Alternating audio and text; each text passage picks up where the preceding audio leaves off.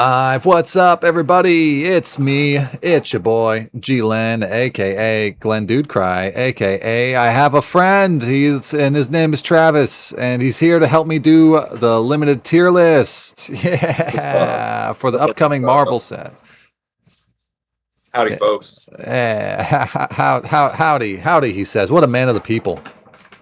What a what a colloquial term, howdy. All right, so what the heck? Oh, I'm jealous. Where's my cats? My cats need to lick my face too. They're taking a nap. Well, one's bathing, one's taking a nap. All right, so yeah, so we're what we're doing today. We are doing a limited tier list for the commons. We'll see how I feel. Maybe get to uncommons, maybe not. But we'll do commons first. We got these tiers: best common in each color, top commons, good but not great, filler, niche playable, and get this out yo deck are the tiers. Aye, Killstreak, he has been summoned, and he is here.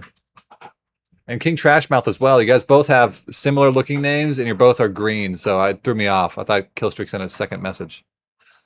What's up, guys? We're doing a limited tier list for the upcoming. Already getting hydrates. Okay, fair enough. Oh, dude, I'll do it with you. Oh, awesome. Okay, so anytime I hydrate, Travis also has to hydrate. Or we could, Also, keep in mind these usually take 8 hours, so let's not make it take 12. Yeah, but 2 minute water breaks, maybe. Yeah, well, we'll see. Have they said that? Yeah, you shouldn't just have not said anything really. Yeah. I'm also 3 followers away from my follower goal, which is exciting. All right, so let's pull. It's weird how much more of the camera it shows on your screen. Like yeah, let me. Yeah, I need to make sure it looks even. Shoot, but I can't. So, oh yeah, okay, I see. That is bothering me. Yeah. It's showing more of me than it is of you. But the problem is I can't adjust it. I can't adjust. No. I wasn't even saying that. It's like I can see my little bubble up top from Discord, and it's a square. But on the actual screen, it's a rectangle, and it's showing more than what I thought it would be showing. But I see. Well, I do have to make you smaller though to assert dominance. So that's okay. That's fine.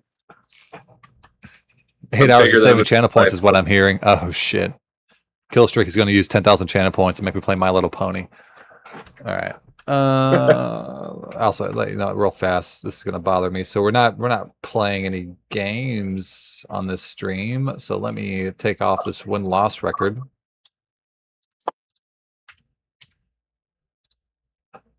All right. So let's see. All right, Travis. So give us some accolades. What makes you so good at Magic that you can do that? No, I'm just kidding.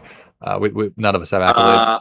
I went 2 and 3 on a power cube the other day in silver tier. Wow. Oh, yeah. Pretty good. He's pretty good.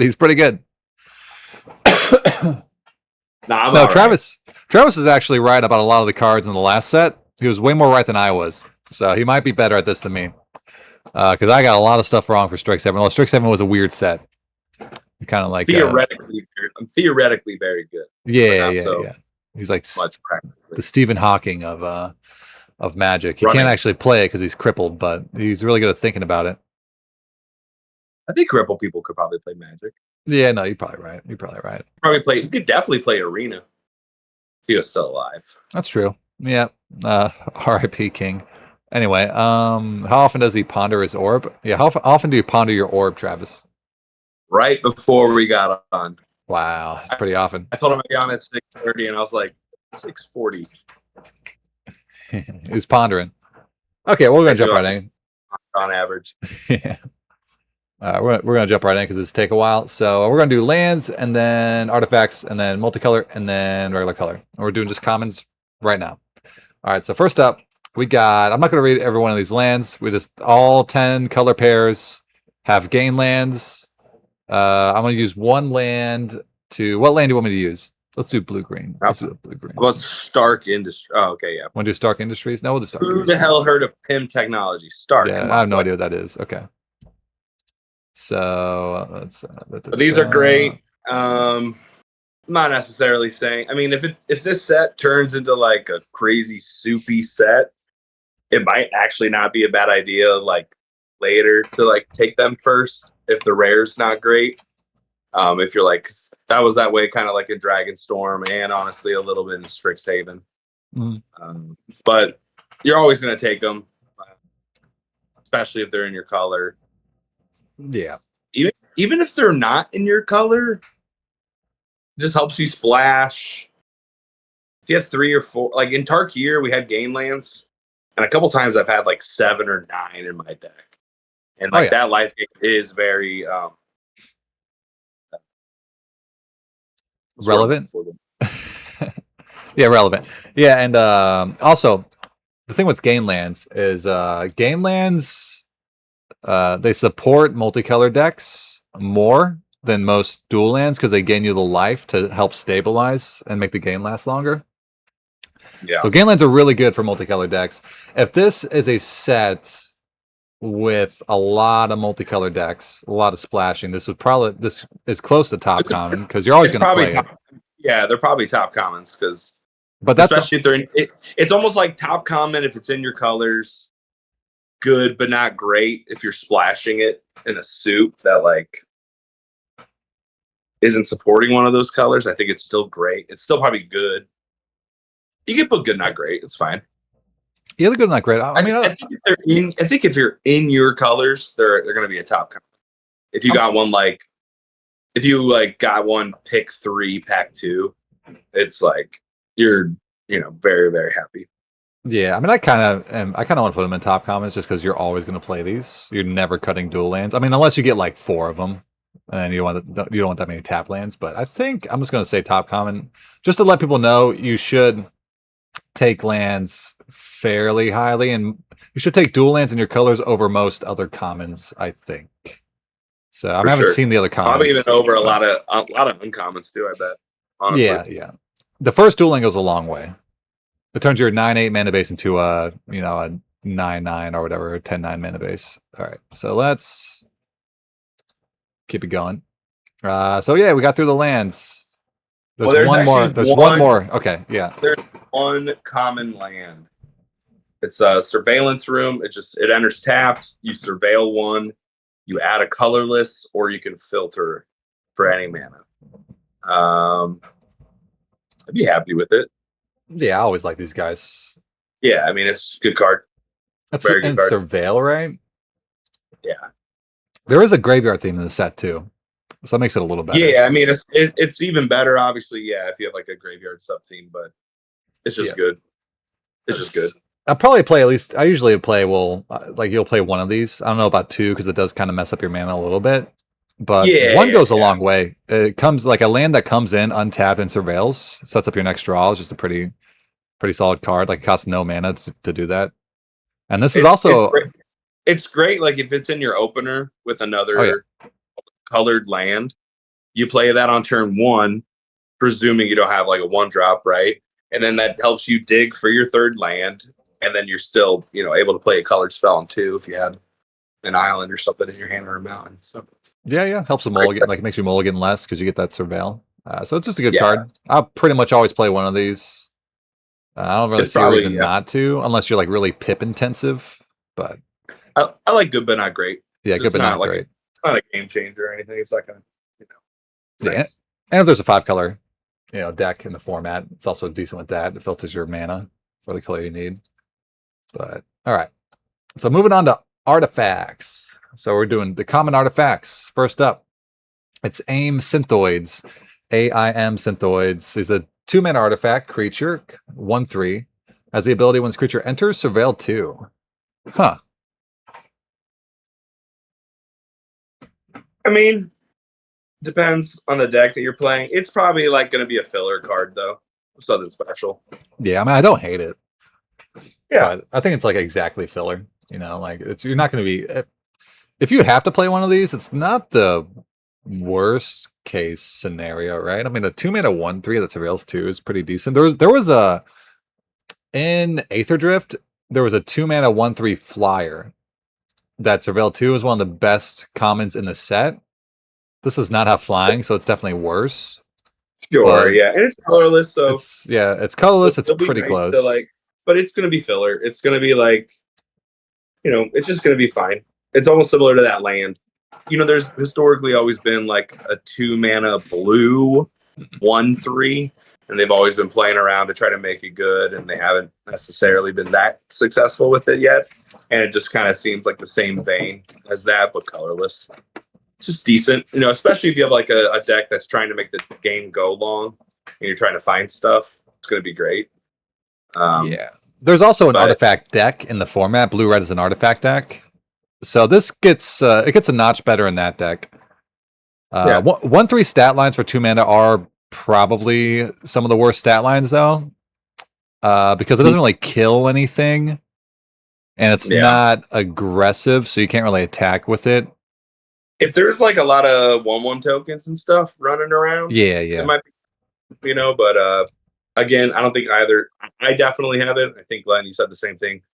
I haven't looked at like anything yet. I don't even really know the archetype.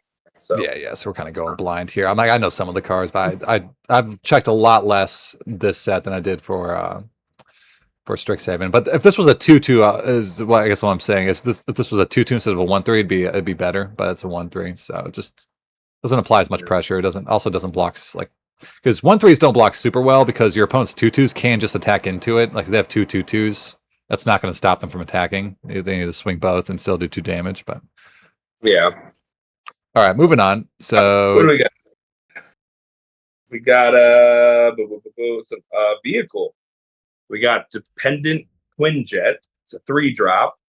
It has flying. You could tap it to add mana of any color, so it's a mana rock. If you crew 4, it turns into a 3/3 flyer. I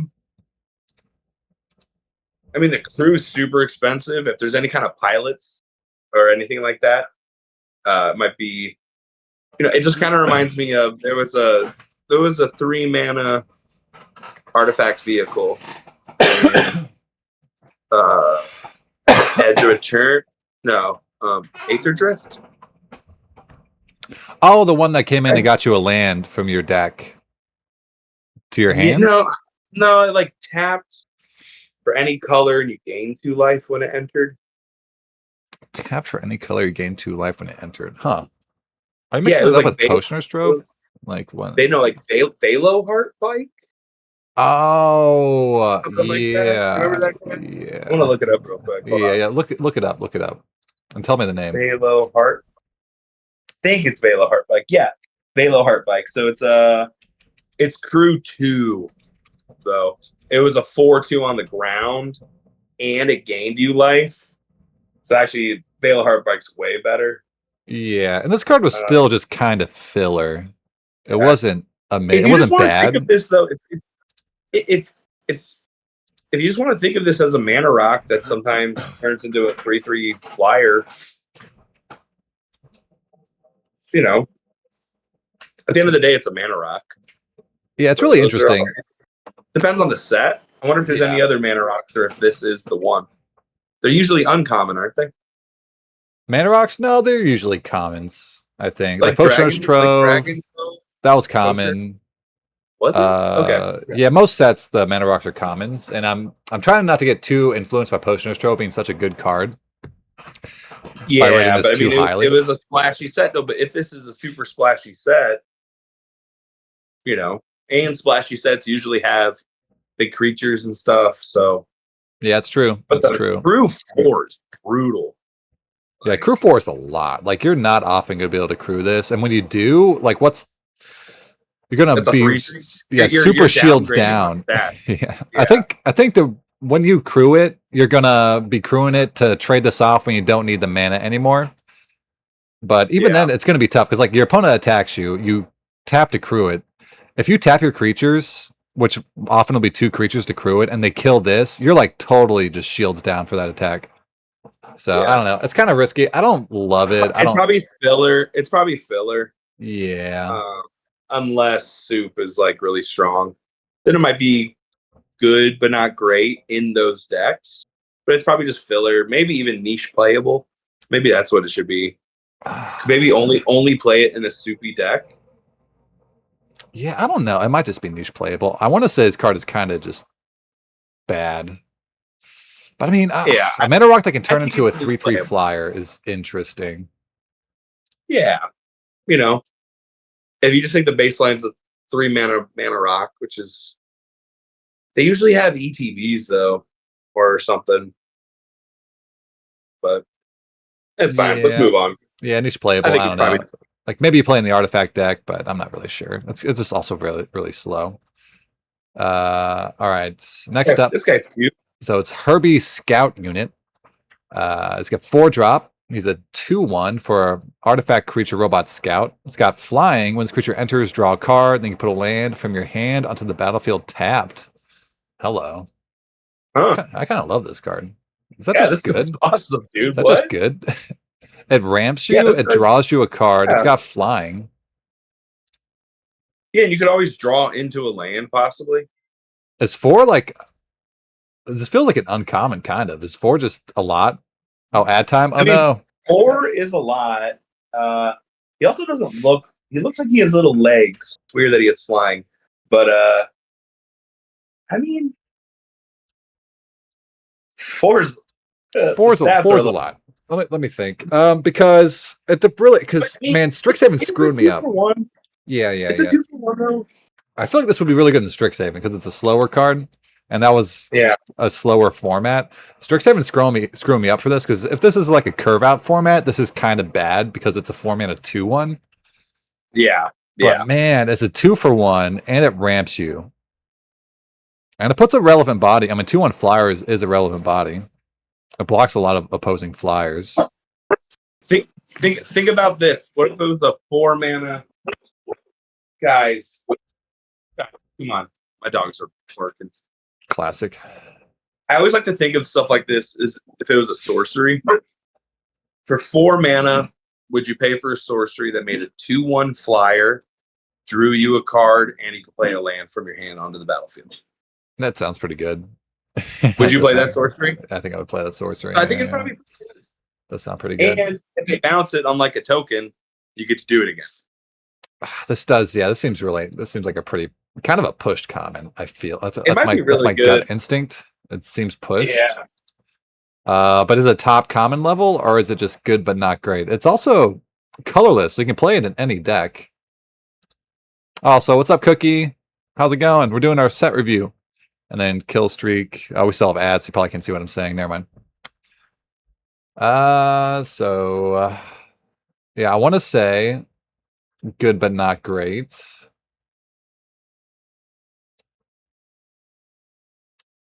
Yeah, I would say good but not great.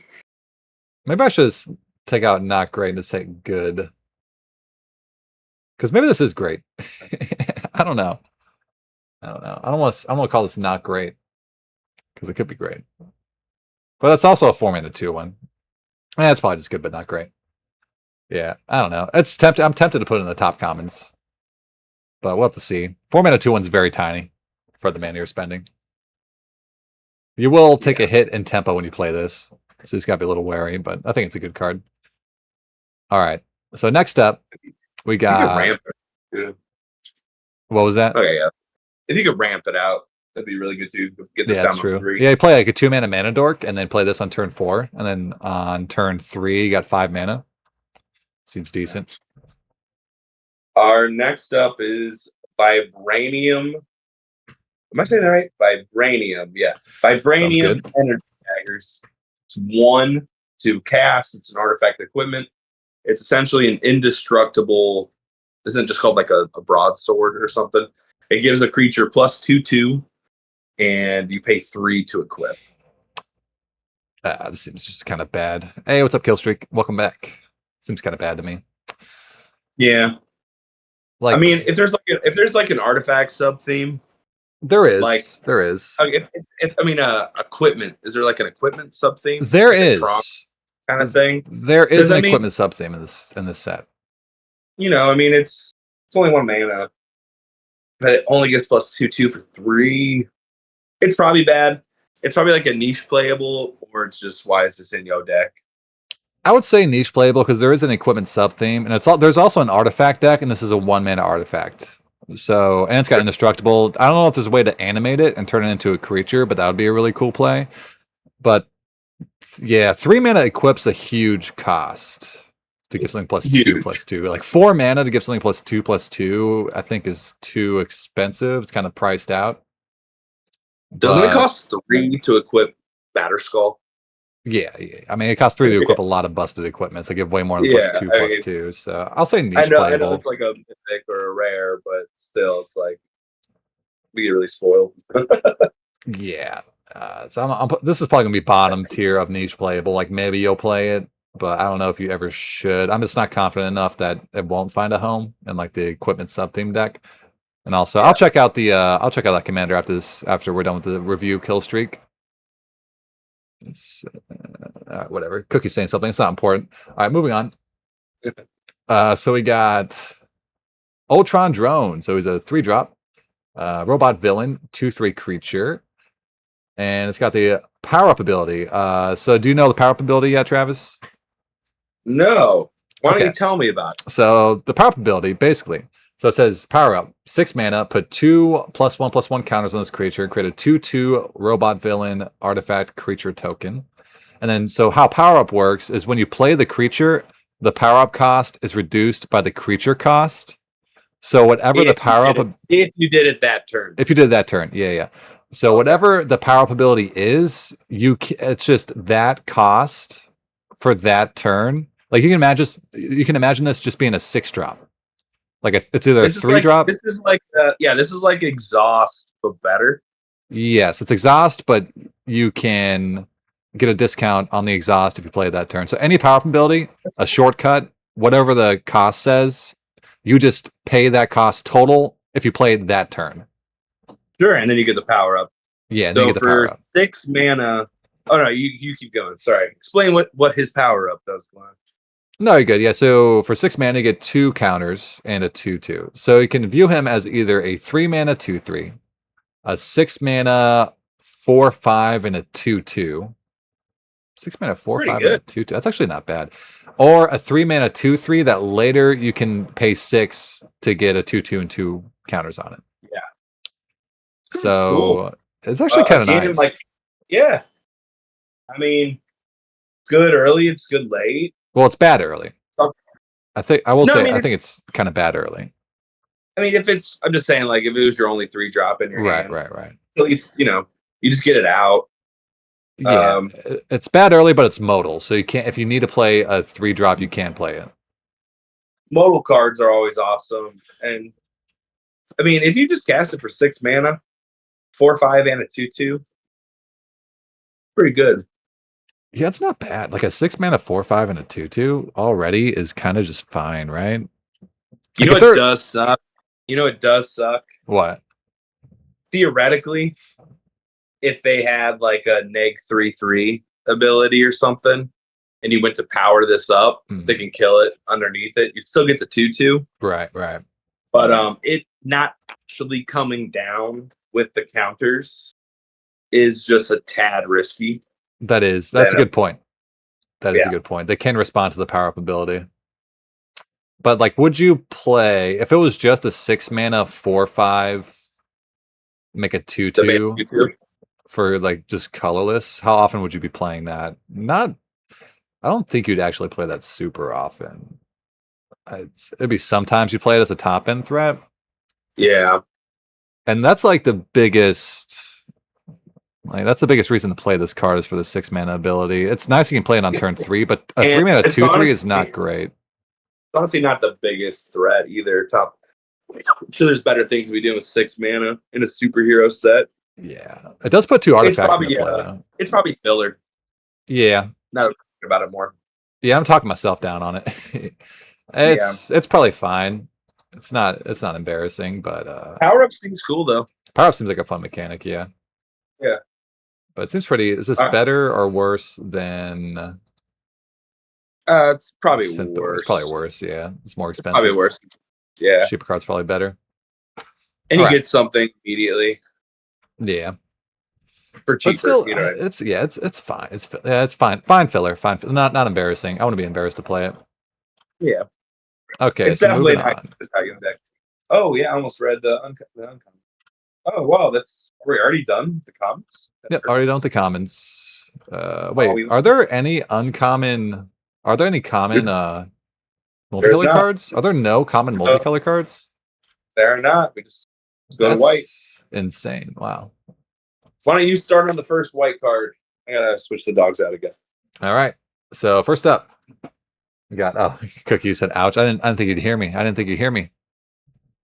All right. So next up is Murdoch's Crusade. So it's 1 and a white, 2 mana for a sorcery.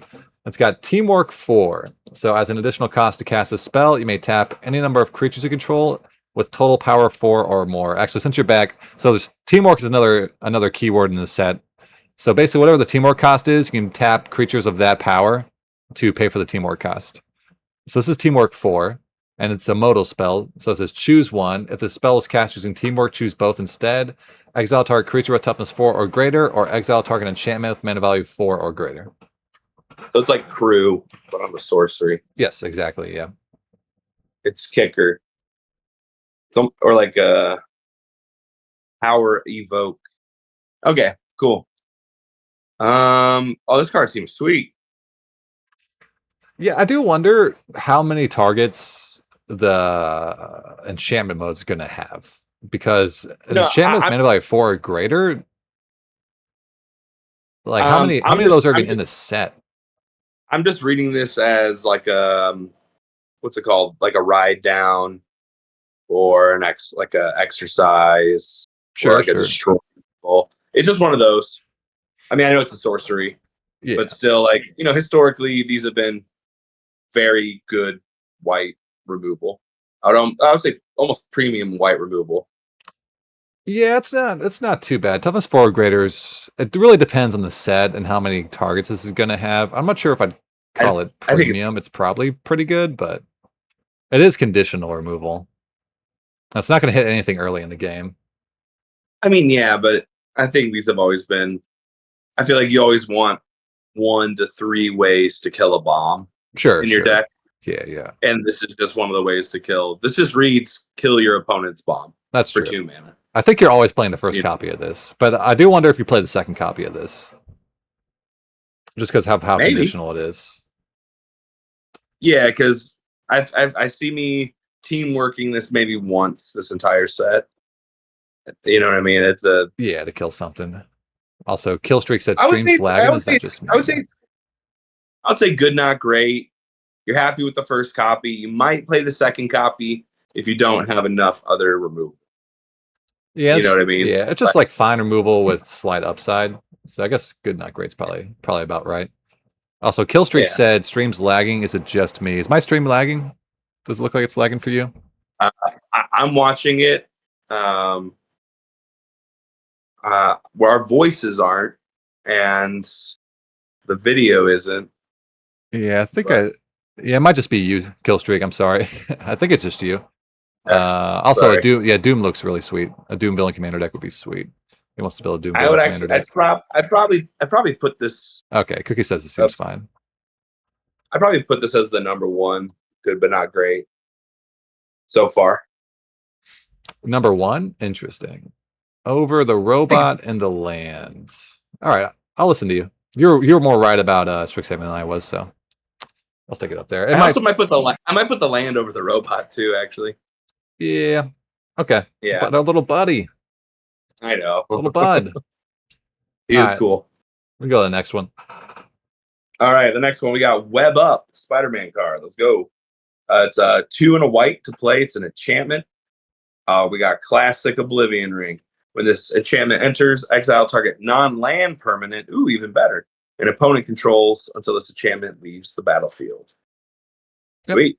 Yeah, just O-Ring, but different name. Premium removal. Yeah, card. You're always playing this. You're always playing it, and also Dodge's Crusade. They upgraded it a while ago. I know a couple others have had the non-land permanents, but such a nice upgrade because they used to only hit creatures, right? No. O-Ring always hit non-lands, right? Yeah, it always hit non-lands. And also it Dodge's Crusade, which is really nice. I wonder if they made Crusade mana value 4 or greater just so you can't blow up an O-Ring, because that would make this way worse if a common would blow it up and also kill something else. Yeah. So that might be why they did that. Yeah, it's premium removal. Yeah, is this top common? It It might be. Or It might be. good, but It might not be great. White's. It might be White's best removal spell. It's definitely the best, good, not great. that we've seen. Yeah, maybe not top common. I think O-rings are not like the slam dunk they used to be. It is 3 mana to remove. I mean, it's still really good, but like the last number of sets, there's been O-ring variants, but with upside. It's like exile most things, gain 2 life, or like exile whatever you want, has ward 2. Just regular O-ring. But no, but those always usually costed 4 mana. No, they would cost 3. There's a good number of them that would cost 3, but it wouldn't be like non-land permanent. It would be, oh my god, Creature. the hydrates. It would be like creature or creature. artifact, or like creature and enchantment or something. I got 4 hydrates. 1, 2, 3, 4. All right. The fact that you said you drink with me is going to make this worse, because now they're going to want to hydrate more. Yeah, he agree. Yeah, it's both of us. Please don't abuse it. Please don't abuse it. Okay. All right, but yeah, good but not great. Probably, I think I like it better than the other white card we saw. So, all right, next up. So we got Shield Spy Kit, 1 mana. So 31 hydrates, no. 1 mana for an artifact equipment. Equipped creature gets +1/+1. Whenever equipped creature attacks alone, untap it and scry 1, and it's got equip 1. Okay, and so attack alone is the theme for the black-white deck. Like creatures get buffed when they attack alone. Yeah. So isn't there already a word? Isn't there already a word for that? Exalted. Yeah. Right. But that just usually buff stuff by +1/+1. There's like other things you get for attacking alone. Yeah. That's cool. Was that another hydrate? Okay, wait, hang on a second. We got 1, 2, 3 more hydrates. 1, 2, 3. You did start this, King Trashmouth. You did. I hope you're happy with yourself. Oh, I got the repost in. Okay, so how do we feel about this equipment? So 1 mana to play, 1 mana to equip. It's +1/+1. I mean, that's nice. So and it gets vigilance pretty much. So it's vigilance and scry 1 when you attack. Card seems good. I mean, we need to see more creatures that have.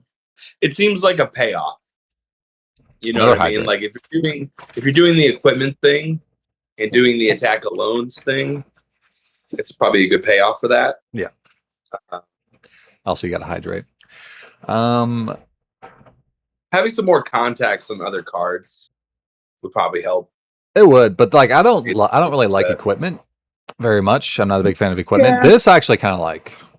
This is not. Well, yeah, because it's only 1 and 1. Yeah. Like there was a kind of annoying enchantment.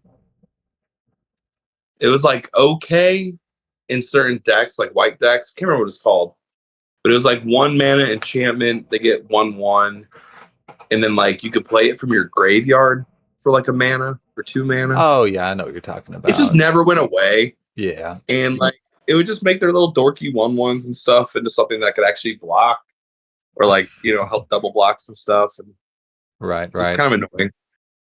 Yeah, I think this is better than that. I think this is like quite a bit better than that, because getting card selection from attacks is also really good. Yeah, and super easy. Like you have no problem equipping this most turns. Also, the chat is shaming you for not hydrating. All right, copy. Me? Yeah. All right. I gotta go fill up my bottle.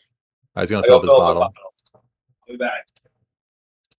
All right, so I'm thinking this is actually, I like this as good, not great. Maybe like bottom tier, because it is an equipment, and I'm not a big fan of equipment, but I think it's a pretty solid card. This is the new set that is coming out. It's coming out next week, I think. Yeah, next week is the pre-release weekend, so it'll be out next week. But all the cards are spoiled, so we're doing the tier list now. All right. You know what? While he does that, oh, he's already back. Okay. All right. So I put it in the bottom of good but not great, because it is it's still an equipment. So I'm like not. I don't think it doesn't do anything on its own. It requires something else. But I still think it's going to be probably maybe the best equipment in the set, at least at common for sure. Yeah. I like it. All right, your turn to read. All right. Up next, we got Take Up the Shield. For one colorless and a white, it's an instant. You can put a 1/1 counter on target creature. It gains lifelink and indestructible until end of turn. Yeah. Okay. This is a reprint. I think we've seen this card in other sets. Yeah. And it's usually pretty I feel good. like it's pretty good. Yeah, usually it's pretty yeah. good. Yeah. You usually want to, hit like a big creature, obviously, with it, because you're trying to gain a big chunk of life. But also at the end of the day, if you have a bomb you're trying to protect, give it indestructible is nice. I think there's quite a few exile stuff that we've seen, which isn't great, but these have always been pretty good. What was this in? Take Up the Shield. It's been in a couple sets. Are you gonna trade off your wait, hang on a second. Wait. Oh shoot. Wait, what? Outlaws of Thunder Junction. What have I done? Yeah, I think the last time was Outlaws of Thunder Junction. Yeah, I think that sounds about right. But I think it was pretty good there. It's just a solid combat trick / protection spell. Yeah. Wait, I messed up my chat. Give me 1 second. Why is it? I want it to be smaller. Maybe I go from top down. No. Bring to top. What have I done? Assume level. I mean, it's also going to be, if they're tapped out. Oh, that's actually kind of nice. And you can win like a dorky combat at the beginning of the game. You'll still play it. Oh yeah, it works as a protection spell and also a combat trick, and it gains you life to stabilize you. So it's just a pretty good card. It does a lot for 2 mana. I like it. All right. So good but not great again. There also might be. Is there any kind of like counter sub theme in white? No, there's a counter theme in blue and green.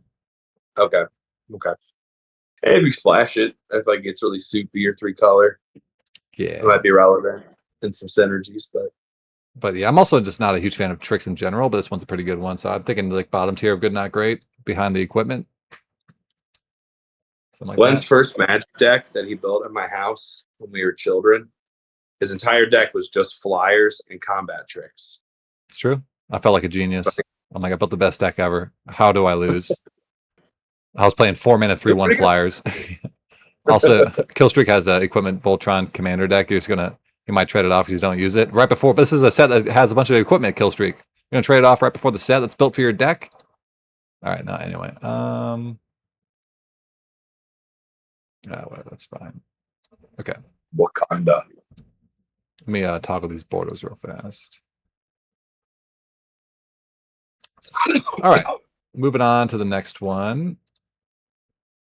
So we got Wakandan Drone Flock. So it's 4 mana, 3 and a white for a 3/3 robot artifact creature with flying. When it enters, scry 2.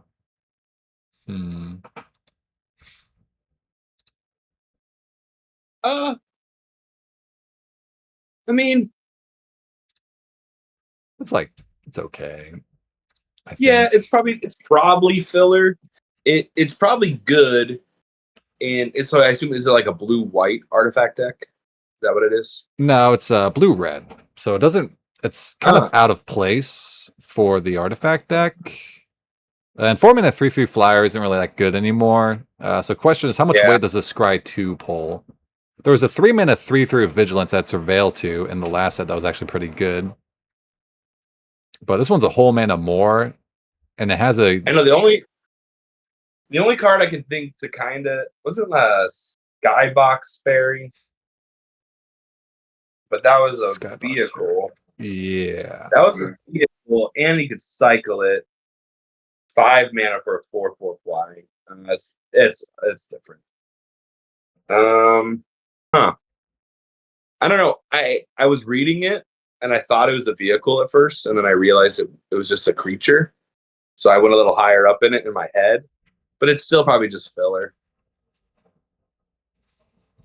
Yeah, I think it's like bottom tier filler, maybe. Like 4-minute 3/3 flyer is just not a good stat line. Yeah. I would do like drew you a card. Strike 2. They were like, should we just draw out a card? It's not white. And it's not blue. We could draw sometimes. We could just draw us a card. It's fine. Yeah, it's okay. I mean, yeah, I guess the scry 2 is probably equal to like half a card worth of value. So Yeah. how do I zoom? How do you zoom in? You take your fingers and you go. Oh, let me try that. Oh, that's not working. I want to zoom in a little bit on this tier list. Is it oh, actually, wait a minute. How to how to zoom on Windows? It's plus. Oh, Windows key plus to zoom in. Okay. Plus. So wait, Windows key plus. Okay, wait a minute. No, but. Oh my god. Oh my god, it's way too much. Oh my god. Take it back. Take it back. It zooms the entire. Oh, it zooms everything. I just want to zoom the fucking. Yeah, a second. Here, you could probably so using funny. that thing. It's, oh, alt plus 45, alt plus 4. Thank you, Killstreak. Thank you. Oh, did I tell Travis who you are? King Trashmouth. Do you remember Matt? My uncle Matt? Oh, what's up, Matt? That's What him. up, dog? I Plus think you made me laugh earlier. Oh no. Wait, did you shoot? No. God dang it. Kill streak. He made me alt F4. I forgot that just closes the freaking app. Oh my god. Kill streak. Oh my god. Kill streak. I trusted you. That's so funny, dude. Now I gotta redo everything. Bro, you gotta do them all. Oh my god. Son of that was very funny. That was very funny. That was very funny. That was very funny. That was very funny. And I'm like, oh, Dude, Killstreak's so nice. Like, He's so nice. He's helping me out. On Xbox Live, back in the day, people would be like, Xbox, turn off. Like sometimes other people's Xboxes. It was great. Best common in each color. What does Control Shift T do? Top. I don't even want to find out. Delete your hard drive. I just looked it up. Top common. No, for these tier lists, if you leave it all, it'll just reset everything. It really is the browser's ultimate undo button. It instantly reopens the last tab you closed. What's it called? What is it? I'm gonna do Control Shift T. But you've already done some stuff, so yeah. See, it just goes back to yeah. Oh, because the browser doesn't save, right? Yeah, it doesn't save it, so it erases everything. All right. While you do that, I'm gonna take time. Wait, what are you doing? No, whatever. Okay. I forget what the tier lists were. So this is top common. We made another one. Whatever. Let's just add the row above. Kill streak. All right. Shoot. Delete row. Add row below. Why is it doing this? There we go. Top common, good, but not great. Filler, niche playable.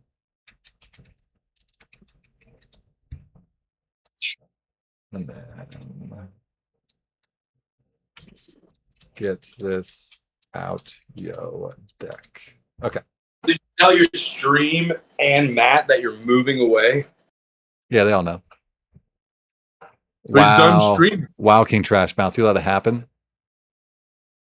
Guys, he's not gonna be able to stream anymore. That's true. I'm moving. I'm moving. I'm leaving my computer behind. You think they have Wi-Fi in Columbus? Probably not. Dumbass. Okay, so now we gotta replace everything. Ugh, God damn it. Kill streak, I swear to God. Okay. Stark Industries. And get that, and then That was very funny though. So, oh shoot. Boop. Top common.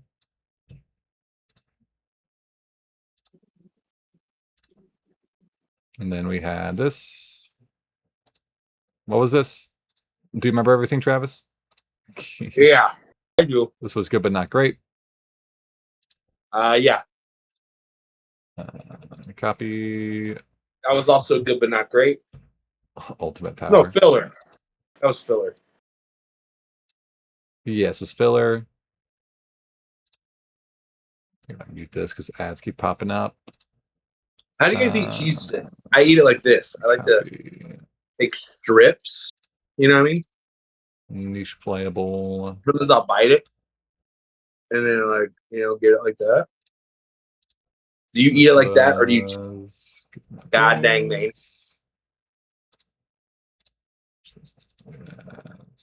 Copy. This was niche playable.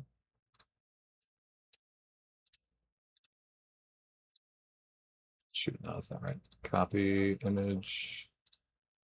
You know how blue players eat a cheese stick? This was, what was this? Filler? That was filler.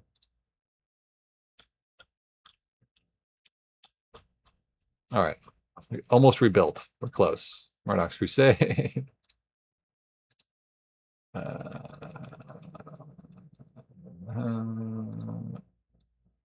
This was, yep, good but not great.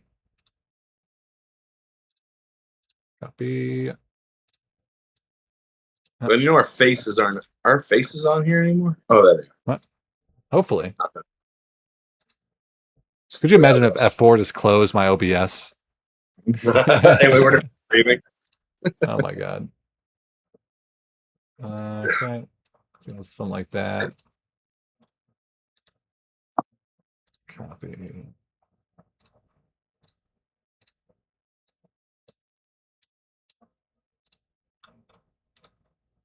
Copy.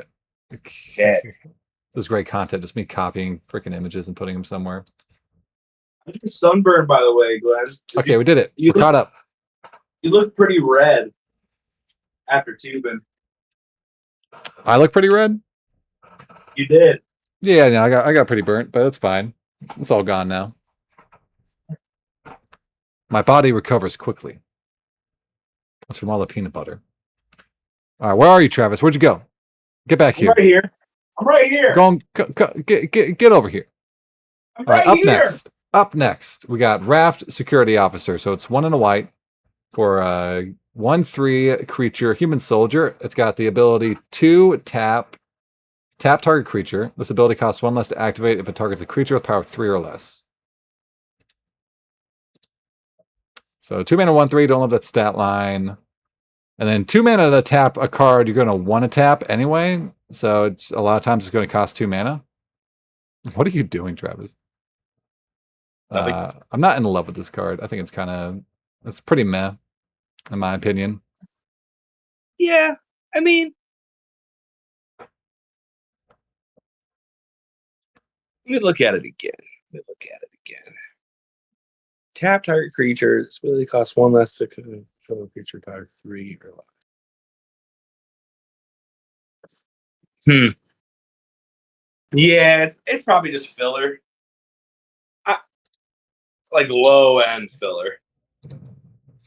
Yeah, that's what I think. Low end filler. I don't really love it.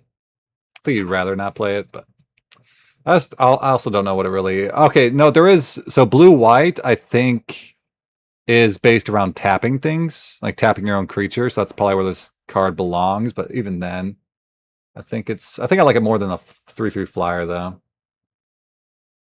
Maybe even more than the robot too, just because it is a 2 mana play. All right. Then up next, we got Panther Pounce. So it's 1 mana for an instant. Target player investigates. All right, Glenn. Hold on. Yep. I was muted for a sec. Oh. On the... Did you say you like that robot more? Or security officer more? I think I like the security officer more than the robot. Oh no, I meant the 1/3 robot that surveils. No, I like that one more. Okay, that's what I was. Okay. All right. Same I'm on page, board same with you. page. There's a We're lot of good. robots. A lot of robots running around. All right. Up next, we got Panther Pounce. 1 mana for an instant. Target player investigates. Target creature gets +1/+0 against flying until end of turn. Untap it. That's kind of cool. You create a clue, so it replaces itself. Little combat trick. That's a bad combat trick, though. Like, you're gonna trade. You're never gonna save the creature. I mean, But you don't know that. You don't know that.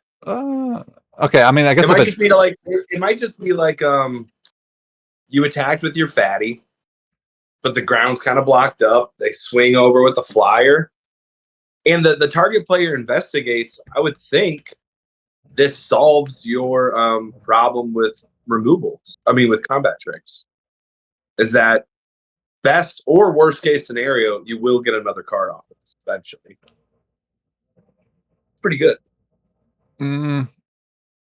I don't love it. I think we might disagree about this one. I don't think it's great by any means. Is I still think it's like filler, but Well, let me I don't think it's. I Oh, just feel like I'm usually just defending or not defending cards from. Don't put this in your deck. I would, in the right deck, I'd put a copy of this. Okay. If you're like if you're super aggro and you're spewing your hand out, it's a way to like refill it.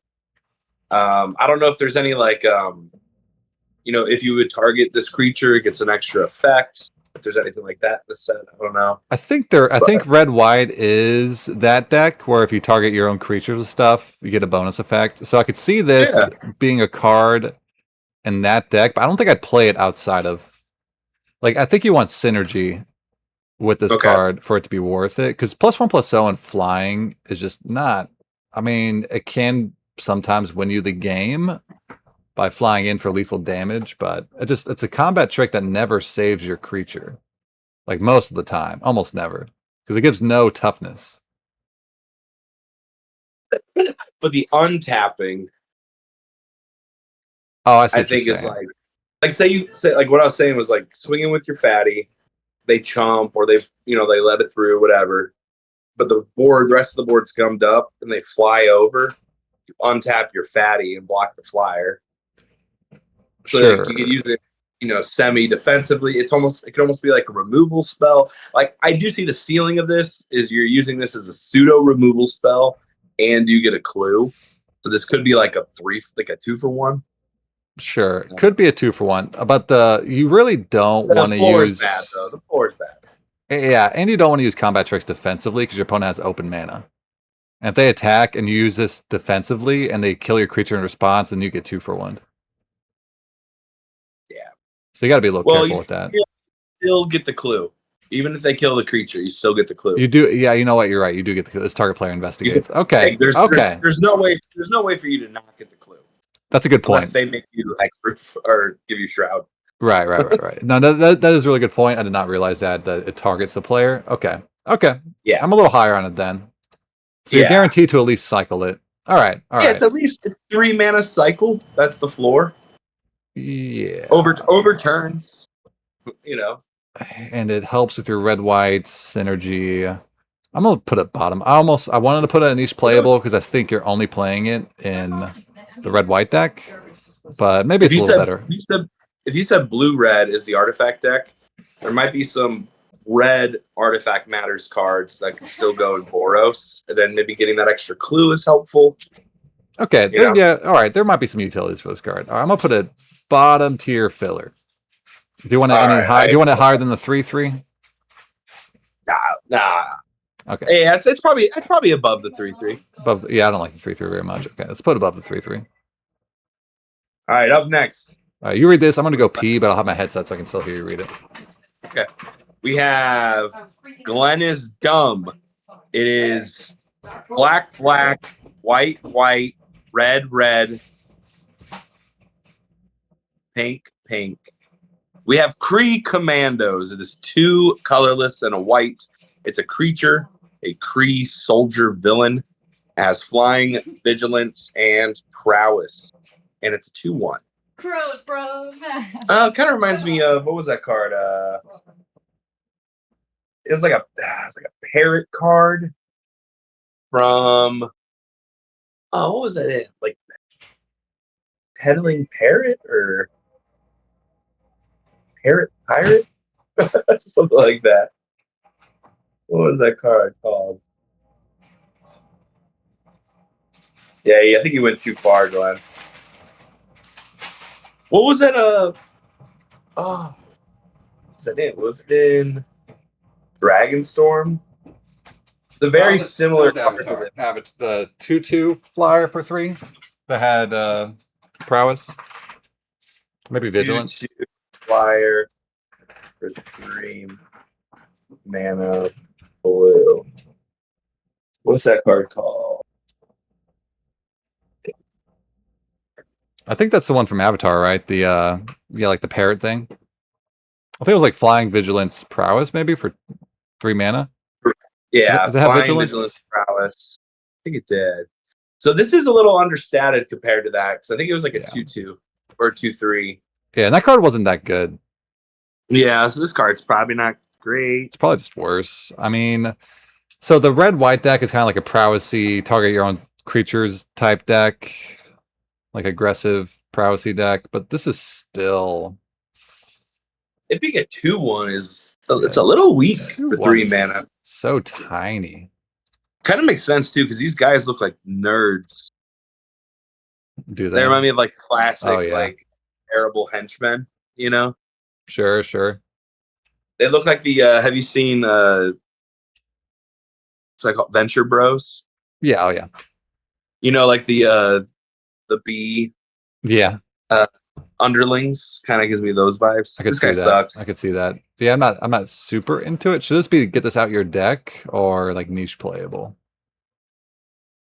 It's probably like we're probably being too hard on it. It's probably like low filler. Because like if I feel like if we're putting that 3/3 flyer surveil thing, those are probably equally kind of bad. Okay. So I like it there. I think we were being a little too hard on it. Like I think it's pretty bad. I don't love it. I mean, it's kind of aggressive and it's evasive, but I don't know. Let's see the rest of the set, see if it supports it enough. But 2/1 for 3 is really small. If there's a lot of ways to make like 1/1 flyers, this card sucks. But you can trick people with the prowess. You know what I mean? They block with their 1/1 flyer. Because they're going to be, if you have open mana, and honestly, a big part of this card is you could bluff with it a lot. That's true. Like if you could throw it into their 1/1 flyer with open mana, they're probably not going to block it. You know? Yeah. Even if you didn't have anything, they probably like. Would you, if they had open mana and they attacked into this, would you block with your 1/1 flyer? Would you just make them use it, or? I mean, it depends because you can also make them blink first. So if you have open mana, you have a 1/1 flyer. If you block, they have to cast something, and then in response, you can cast something. But okay.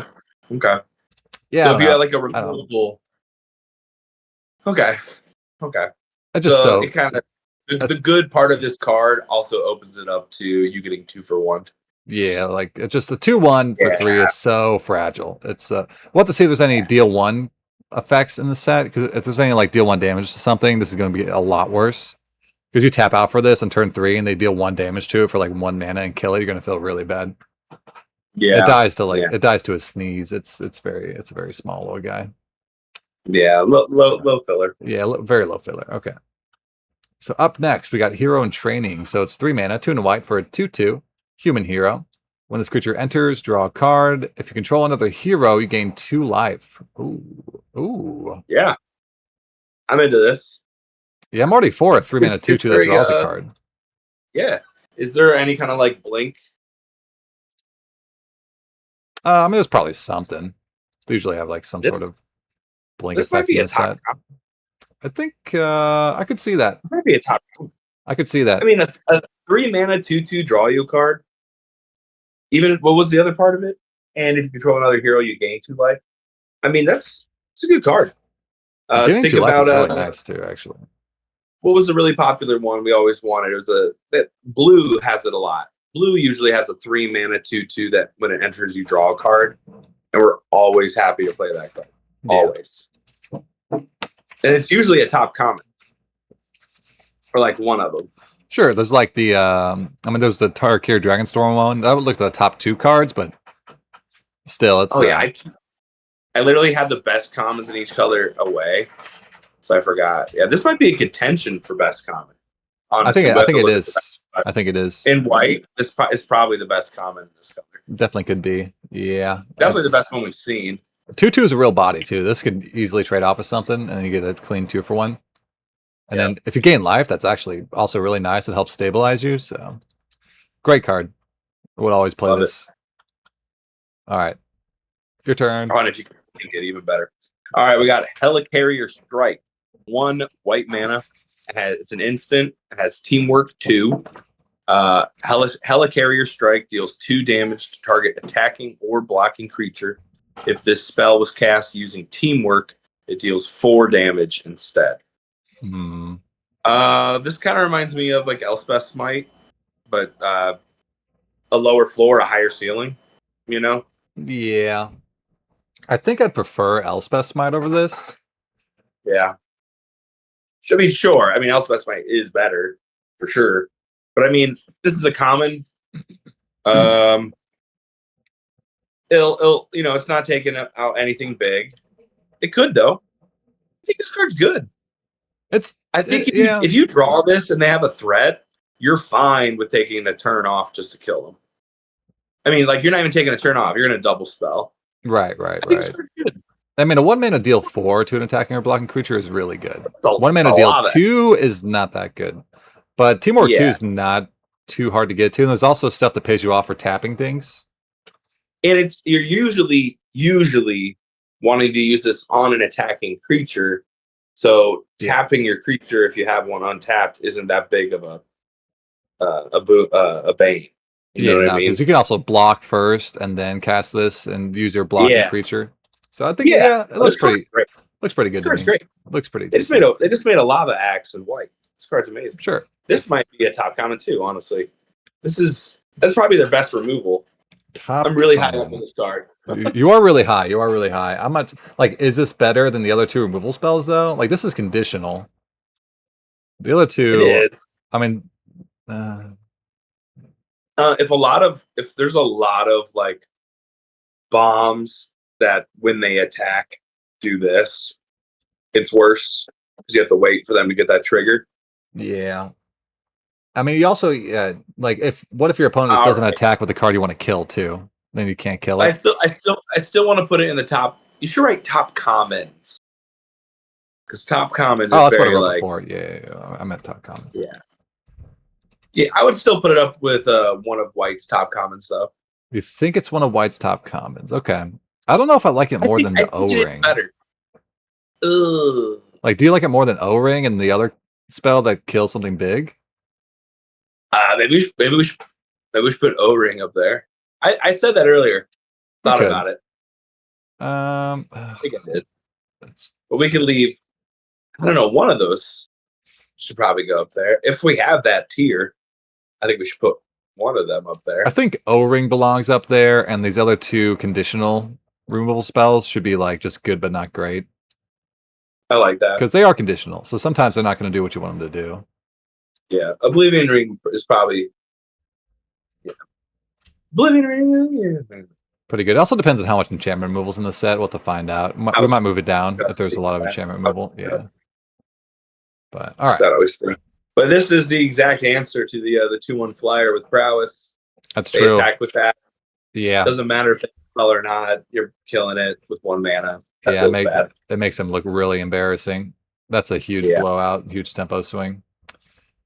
All right, up next we have Crowd of True Believers. So 1 white mana for a 1/2 human citizen, and has tap. Target creature control that's attacking alone gets +1/+0 until end of turn. You gain 1 life. I mean, if that's a well supported synergy, I could see this card being like, I want like 3 in my deck. You know what I mean? There's always like a 1 drop in white that is really, really good. specifically for synergy stuff. And it's a 1-2, but it's not great. But if that's a great sub theme, if that sub theme sucks, this card's gonna be like, why is this in your deck? Yeah, I mean, this only goes in that deck, and I'm actually not sure if it's even that great in that. I mean, it's probably fine in that deck because there was in a set a few years ago. There was a 1-mana 1/1. You could tap it, gain a life, and give a creature +1/+0 at sorcery speed, but that was just unconditional. You can do that. You don't have to have a creature attacking alone. Yeah. And that card I think was just fine. I don't know if it was insane or anything. And I think that set might have also had like a life gain theme. I can't remember, but this is just a cheap enabler for the synergy. Yeah. And I think I'm still sticking by, if that synergy is good, people are gonna want like 3 copies of this in their deck. Okay. They do rack up nicely together. But if they if it's bad, it's gonna be one of the worst cards. I mean, it does enable more attacking alone, like attacks, because that +1/+0 buff might be the difference between being able to attack and not being able to attack. Yeah. So yeah, it's probably fine. It's probably fine. If there's like rare or uncommon triggers that are like, when a creature attacks alone, do this. I guess that's not enabling it, but it gives you more reason. Yeah, right. It gives you more reason to. Well, it might enable it because you might not have they might have a 4 toughness guy of a 3 power creature, and then this lets you attack into the 4 toughness. I still think it's just filler, but maybe high end filler. It's very specific. It only goes in one deck. Yeah, maybe niche. Maybe niche if that synergy's good. I don't think it's because niche playables are kind of just not. Okay, like, those are cards you only play every once in a while. I like filler, probably like halfway. Yeah, like mid-tier filler. Yeah, above the bot. I think it's only the black-white deck that wants this, and also I'm not sure if you'd miss it too much if you don't have it. Maybe you would. We'll have to see how the format plays out, but yeah, I think for now filler is fine. I guess the real enabler would be if it was like some kind of life gain sub theme. Yeah. If there was a sub theme for life gain, this card would be a lot better. But I don't think there is. All right. We have Brave Brawler for 1 colorless and a white. It's a creature, human warrior hero. It's a 2/1 with lifelink, and it has power up for 4 colorless and a white. You put 2 1/1 counters on this creature. So either for 5 mana, you get a 4/3 lifelinker, which is not that great, but I think because they split this up.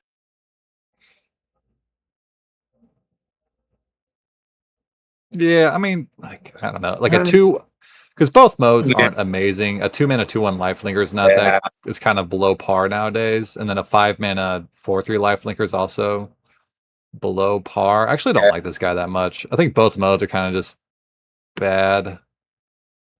It's always nice to have a cheap lifelink creature if like the equipment thing is strong. Just to be the base of like your Tron, right? But I can see that being like good maybe in that deck. Or if there's some kind of power up, because like we saw some like enablers for exhaust, like a lot of cards that made exhausting easier, or you allowing to exhaust again. So if there's stuff like that, like because like when you had a good exhaust deck, you would just take anything that had exhaust on it. Because even if it wasn't a great ability, being able to like have a double activation or a reduced cost on it made them good. Yeah, there's that one card that drew a card when you exhausted. Yeah, so like if there's something that's like do X when you do a power up, or like you can power up your stuff as many times as you want, just being able to put an extra 2 counters on this as like a mana reserve might be cool. But I forgot to mention power up. You can only do power up once. Correct, like exhaust. Oh, okay. But there was a couple cards that were like you can like exhaust creatures as though they didn't, or something like that. I think it was like a rare. There was one that did that. Yeah. Yeah, it was like you can exhaust stuff as much as you want. And then there was or maybe you can do it again. You could do it, or no, you can double whenever you exhaust the next time this turn. do that ability twice. That's what it was. Well, I think That's there's what it also a creature that lets you keep exhausting things, but the power up deck is in green and red in this format. It cares about power ups, so it's not in the colors Okay. for you. Okay. So you're probably not going to get a way to keep using this ability, and even then, like paying 5 mana for 2 counters is not. I don't think you really want to be doing that. That's a lot of mana for a very little payoff. If there was some stuff that reduced the cost of power up, might be good. Yeah, I think it's mostly in green and red. Ooh, I also realized the man, if we're in common white and we haven't seen it yet, I doubt there is. But I wish there was some more like blink and stuff, because power up, even if you cast it, if on a later turn you like blinked it, you could power up for the reduced cost. It just says reduce the cost by its mana cost if it entered this turn. So like if you if you got it back from an O ring, the power up will be cheaper that turn. So stuff like that. Yeah. Just a little. I'm not even talking about this card specifically, just power up in general. Right. Yeah, but for this card, I just don't think the juice is worth the squeeze. Just understated in both modes. I think it's like if you need a 2-drop, you'll play it. Yeah. But this like bottom tier filler. If you have that like cheap sword that we liked. Yeah, that goes good on this. Yeah. Yeah. You know, you're attacking with the 3/2 on turn 3 with lifelink. It's okay, but also by then they probably have a blocker out that has 2 power to block it. So even then, it's not even that good. Yeah, I don't know. I think it's just bottom tier filler. It's a 2-drop, so sometimes you just need 2 drops. Maybe you get one good attack out of it. Yeah. I mean, it being a 2-drop saves it, because sometimes your deck just needs 2s, and you're kind of desperate, and you'll take it when you need it, but I don't love it. All right, up next, Burrow backup, something like that. Yep, you got it. Hey, yeah, Burrow backup. That's 4 and a white for sorcery. Create 2 3/2 white hero creature tokens with vigilance, and it's got basic land cycling for 2. Hello. That's awesome. What the heck, dude? That's like one of the most push land cyclers I've seen. Yeah, that card. If this is like a cycle, if this is a cycle of those, I bet this is the best one. I think it would be. I mean, 5 mana for 2 bodies with total power toughness 6/4. That's pretty good. You get 6/4 vigilance broken up, and you can always cycle it away early. This card's awesome, dude. This is really good. This is really. I think this could be a top common. Right? Am I crazy? Maybe. It's got a buyout mode early in the game, and then later in the game, it's 5 mana for 2 3/2s. I swear, I'm just tired, and every time you say that, I think you're asking, is this the best one? Yeah, you can put up in top commons. Yeah, I think it might be top common. Maybe bottom tier top common because it is expensive, but it's really good. And wait, are they also heroes? They are splashable, and heroes matter in this set. Heroes matter. That's a creature set that matters. Yeah, it's splashable too, and it helps enable splashing. It helps enable your 5-color deck. That's not an embarrassing top end card to play. So I like this card a lot. I think it fills a lot of roles. Yeah, for sure. Yeah. Oh, it's basic land cycling. It gets you any basic. That's nice. That's very nice. All right, up next, we have Agents of S.H.I.E.L.D. 2 colorless and a white. It's a creature, human hero spy. It's a 2/4. And whenever a creature you control attacks alone, that creature gets +1/1 until end of turn. All right. I mean, yeah. It's fine. Good. It'll be I think it'll be good in that synergy. Yeah. Again,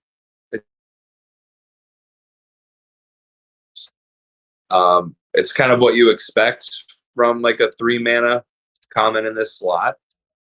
I feel like I almost knew what this card was going to say before it did. Right. There's been like a lot of these kind of cards. Yeah. And I think this is one of the better versions of those kind of cards. Yeah, the 2/4. I could easily see them wanting to make this like a 2/3. Would you prefer this being a 3/3 or a 2/4? This one, I think I prefer a 2/4 because this can stay back and block while it pumps your other creatures. Oh wait, if it does it say another creature? Yeah, actually, that's a good point. No, it counts itself, so it attacks as a 3/5. Yeah, so it attacks as a 3/5. That's Yeah, pretty good for I do. 3 mana. Yeah, I think I like this guy quite a bit, actually. That's a good point. I Yeah, didn't think about it buffing itself. Probably upper tier yeah. filler, maybe above like these guys. It's probably better than that other one. Yeah, I like it there. I Yeah, still think that robot is probably the best filler. That's so funny. Yeah, It might There's just too be many. good, but not great. Nah. Because it's We might be too high on the I robot no, now. I don't know. It is good, but it's filler. Yeah, It's not good. It's filler. Because I was thinking of that 1/3 like Wicker something from Aether Drift. There's a 1/3 Scarecrow artifact that had a flying, and you surveilled yeah, 2. right. Like, Yeah, and it was still only 2 mana. It was colored mana, but it's like it was. but that was one of the best commons. So I know it was cracked, but it had flying. it That's did why it have was flying cracked. though. Flying was really nice on that. That was very relevant, Yeah, and it was peck in. artifact for relevance and stuff. Yep. I don't know. But Yeah, that is an artifact. Okay, so up 3/5, next. 3/5 for 3 mana. Yeah, 3/5 3 mana is not bad. Not bad. And it triggers your other synergies too. It lets you attack, get your synergies going. So I like it.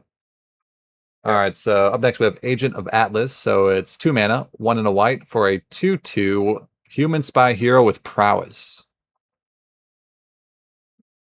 So this is Boring. yeah, this is But, just the same card as what we just had in Dragonstorm, but white instead of red. So we had that 2 mana 2/2 with prowess in Dragonstorm. So I mean this goes in the red white deck. You mean Strixhaven? The one that had Opus? Oh yeah. No, I meant Strixhaven. I don't know why I said Dragonstorm. Yeah, But Strixhaven. that card actually was that card had the like the magnum opus part of it though. That made it better. Yeah, so this is probably worse than that. And that card wasn't even that good. It was just filler. And it only goes really in the Boros deck, right? Probably. I mean, you could play it in other decks if you need to. Again, it's like a 2-drop, so you can't go. It can't be too bad. The floor is a 2 mana 2/2, which sometimes you'll play because you need 2 mana plays. Yeah. But it's like, what do you? I think like lower filler. What do you think? Probably better than the 3/3. Yeah, it's lower filler. I like it more than a 2/1 with lifelink. I think. It is cool that if you have like a combat trick, it can block or attack as a 3/3. Yeah. Or if you O-ring something pre-combat, comes in as a 3/3. It's probably pretty good in that red-white thing.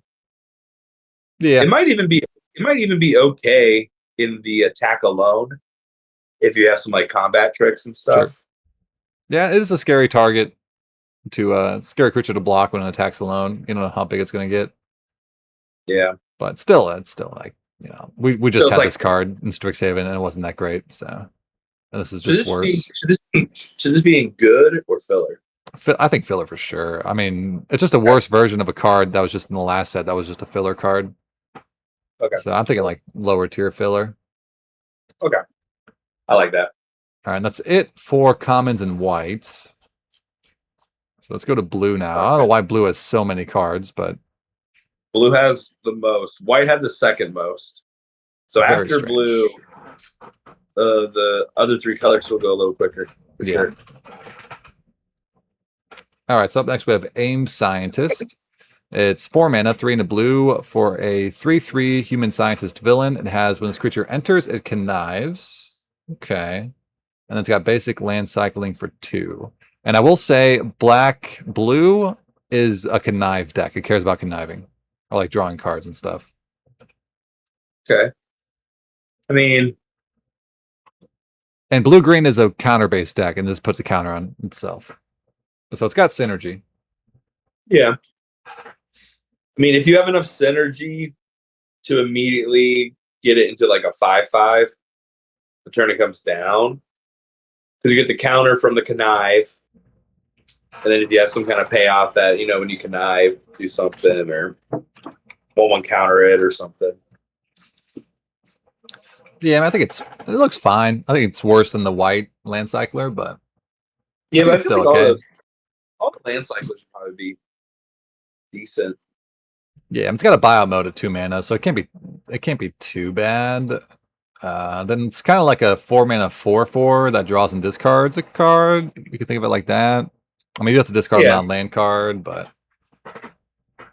and I mean in the last set in Strixhaven there was a 4-mana 4/4 that drew and discard when it entered and when it attacked, and this is probably worse than that. It does have basic land cycling, but I mean, and also green black is a color combo that cares about creatures in the yard. So if you do like a Soul Tie deck, this might be good there because it connives and also it can put itself in the yard.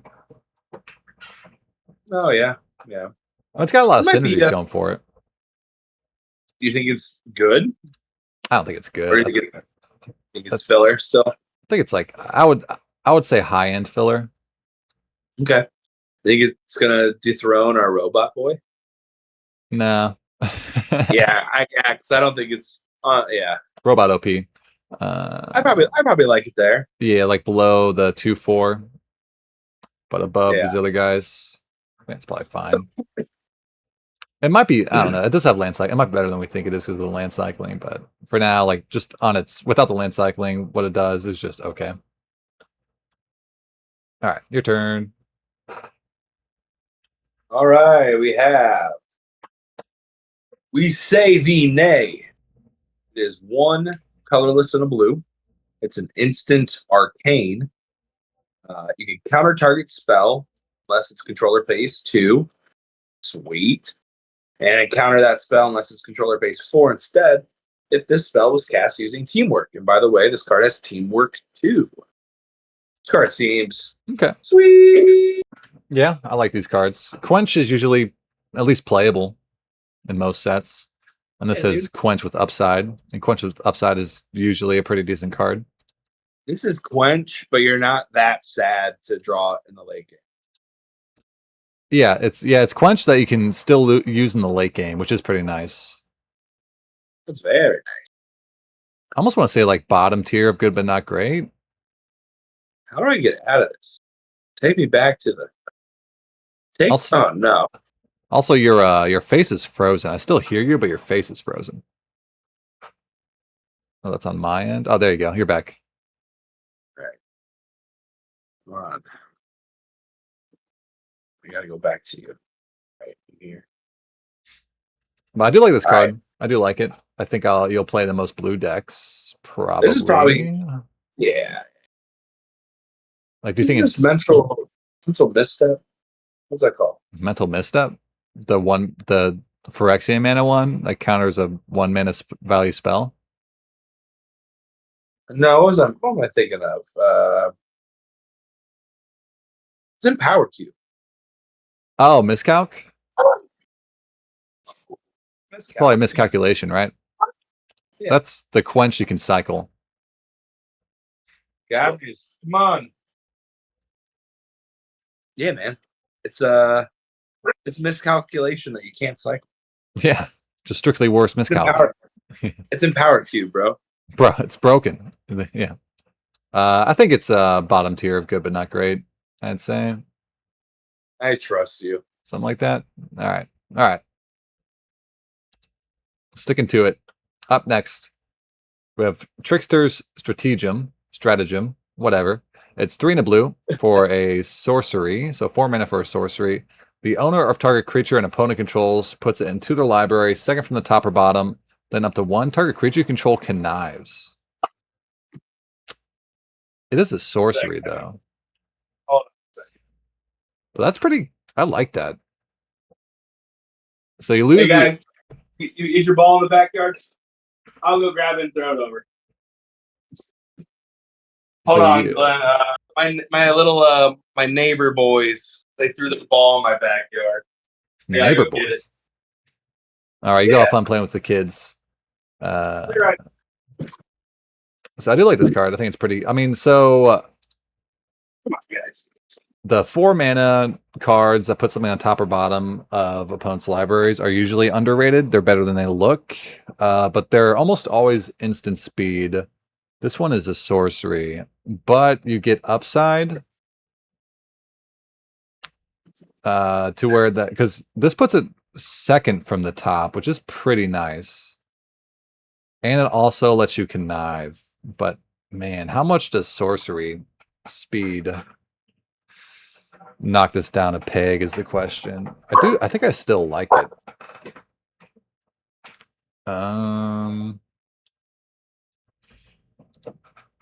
Did I copy it already? I did. I think I still like it. I think it's still good. I might be bottom tier good. It's a sorcery speed removal spell in blue that gives you additional upside. It seems pretty decent to me.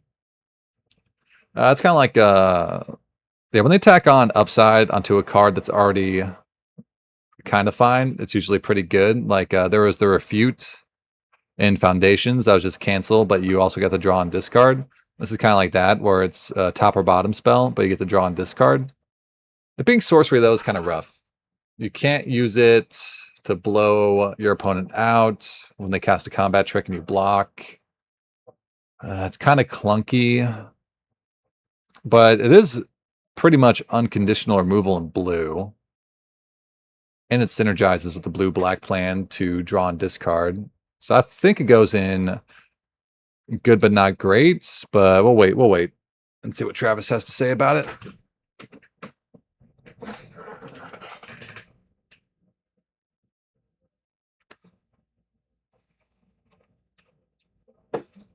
But yeah, my instinct tells me that it's good but not great. I could maybe even see it being a top common, actually. Let me think. Maybe it should be higher up. I don't know, like the sorcery is really throwing me off. That is a pretty big downside. Like it's sorcery speed, but 2 points of upside better than this being just a 4 mana put on top or bottom at instant speed. Like I want to say it is. But what's nice about blue is you can often, in limited formats, you can build draw-go decks. And the top or bottom removal spell is usually really good in the draw-go decks. This doesn't really work that well in the draw-go decks.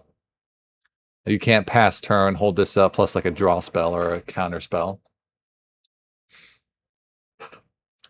Target library. But second from the top is really nice. They won't draw it on the next turn. And then conniving is also pretty nice. It also, yes, because it can put a counter on a creature as well. Because if this was just 4 mana sorcery, put something in second from the top, and then put a counter on a creature, that's pretty good. And then getting a draw and discard makes it a little bit better, I think. Which one are you on? So we're on Trickster's Stratagem. Oh, we're still on this card? This card's great. What are we doing? I want to see how you felt about it. Where do you want to put it? Oh, it's a sorcery. That's a sorcery. Yeah, that's what's throwing me off. But it's second from the top. Second from the top, and you can knife. So, like, remove something, puts a counter on a guy, and you get to draw a discard. Although, you have to draw a discard a real spell to put a counter on somebody. Which you might not want to do when you got 4 mana out. You probably want to discard your lands. So maybe you won't get the counter that often, but I still think it's pretty. I do like it quite a bit. Yeah. It's like 4 mana sorcery speed removal in blue with upside. Yeah. It's probably good. I mean, top and bottom has always been pretty good. It's usually always been an instant. But it'll still be good to get rid of a bomb. Yeah. At least for a turn. Yeah, I think so. 2 turns. The 2 turns. 2 turns. Yeah. 3 turns till attack. Right. And from what I've seen, there's not a ton of ETBs in the set that are like really impactful, it seems like. So it might be better than usual. But, all right, up next, your turn. All right, we got Super Suit. It is a colorless and a blue. It's an artifact equipment. It has flash. When this equipment enters, you auto-attach it to target creature you control, and you untap that creature, so it's a little combat tricky. And the equipped creature gets +1/2. The equipped cost is 2. So it's an artifact. It's a combat trick that you can't really screw up. Yeah, I mean, a combat trick attached to an artifact. You can surprise your opponent by untapping a creature. But I think a lot I feel like these always look underwhelming, but a flash auto equipment, I feel like have always been pretty good. Yeah, in some sets. Let me think. Or they're, yeah. I mean, I guess I mean, we don't see them a lot because I think that usually it's kind of a powerful double ability to have on an equipment, so you don't see them that often. But I feel like that's just I like that together because it feels almost like an aura or something at instant speed. yeah, I mean, just a better aura, pretty much. And also, Equip 2 is not, it's pretty cheap for +1/+2. It's not Pretty cheap. bad. It's not bad. It's only 2 mana, and if you're doing any kind of artifact thing, ups your artifact count. Yeah, I don't mind this. I think it's fine. I'm usually not a big fan of these kinds of cards, but this one seems like the Equip 2 is actually, I think usually it's Equip 3 for these, like for this version of a card. And +1/+2 is a good stat boost to a creature. For sure, 2 mana.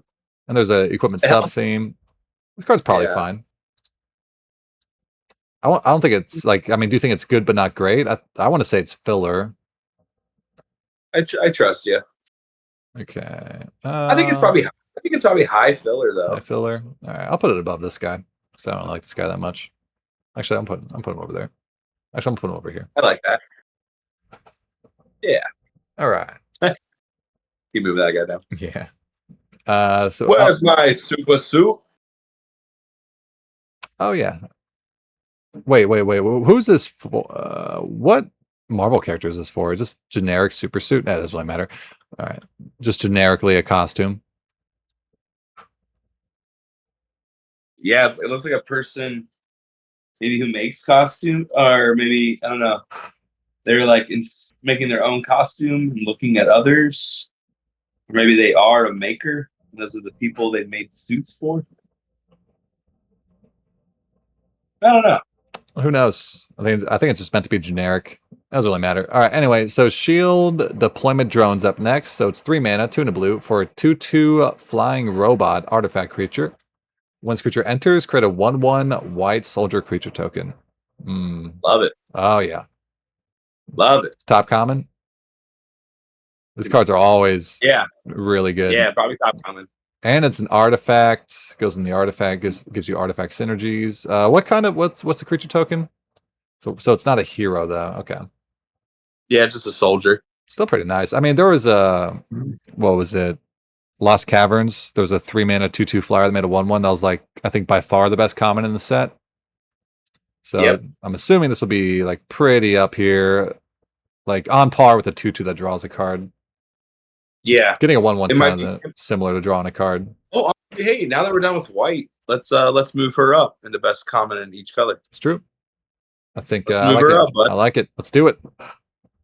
And we could hold off on this guy for a second, but he might go up there. Does the land go up there too? No, I'm just kidding. All right. For the lands. No, those are just good. They're just good comments. Yeah. They're top.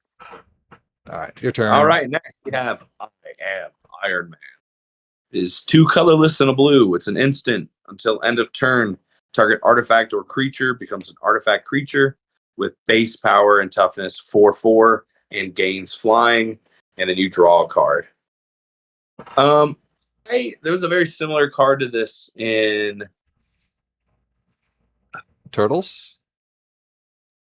Was it just Turtles? Yeah. No, yeah. Well, there was one in Turtles, and there was another one in a different set. In Turtles, it did kind of underperform, but in the set before that this version, like this kind of card was in, it was really good.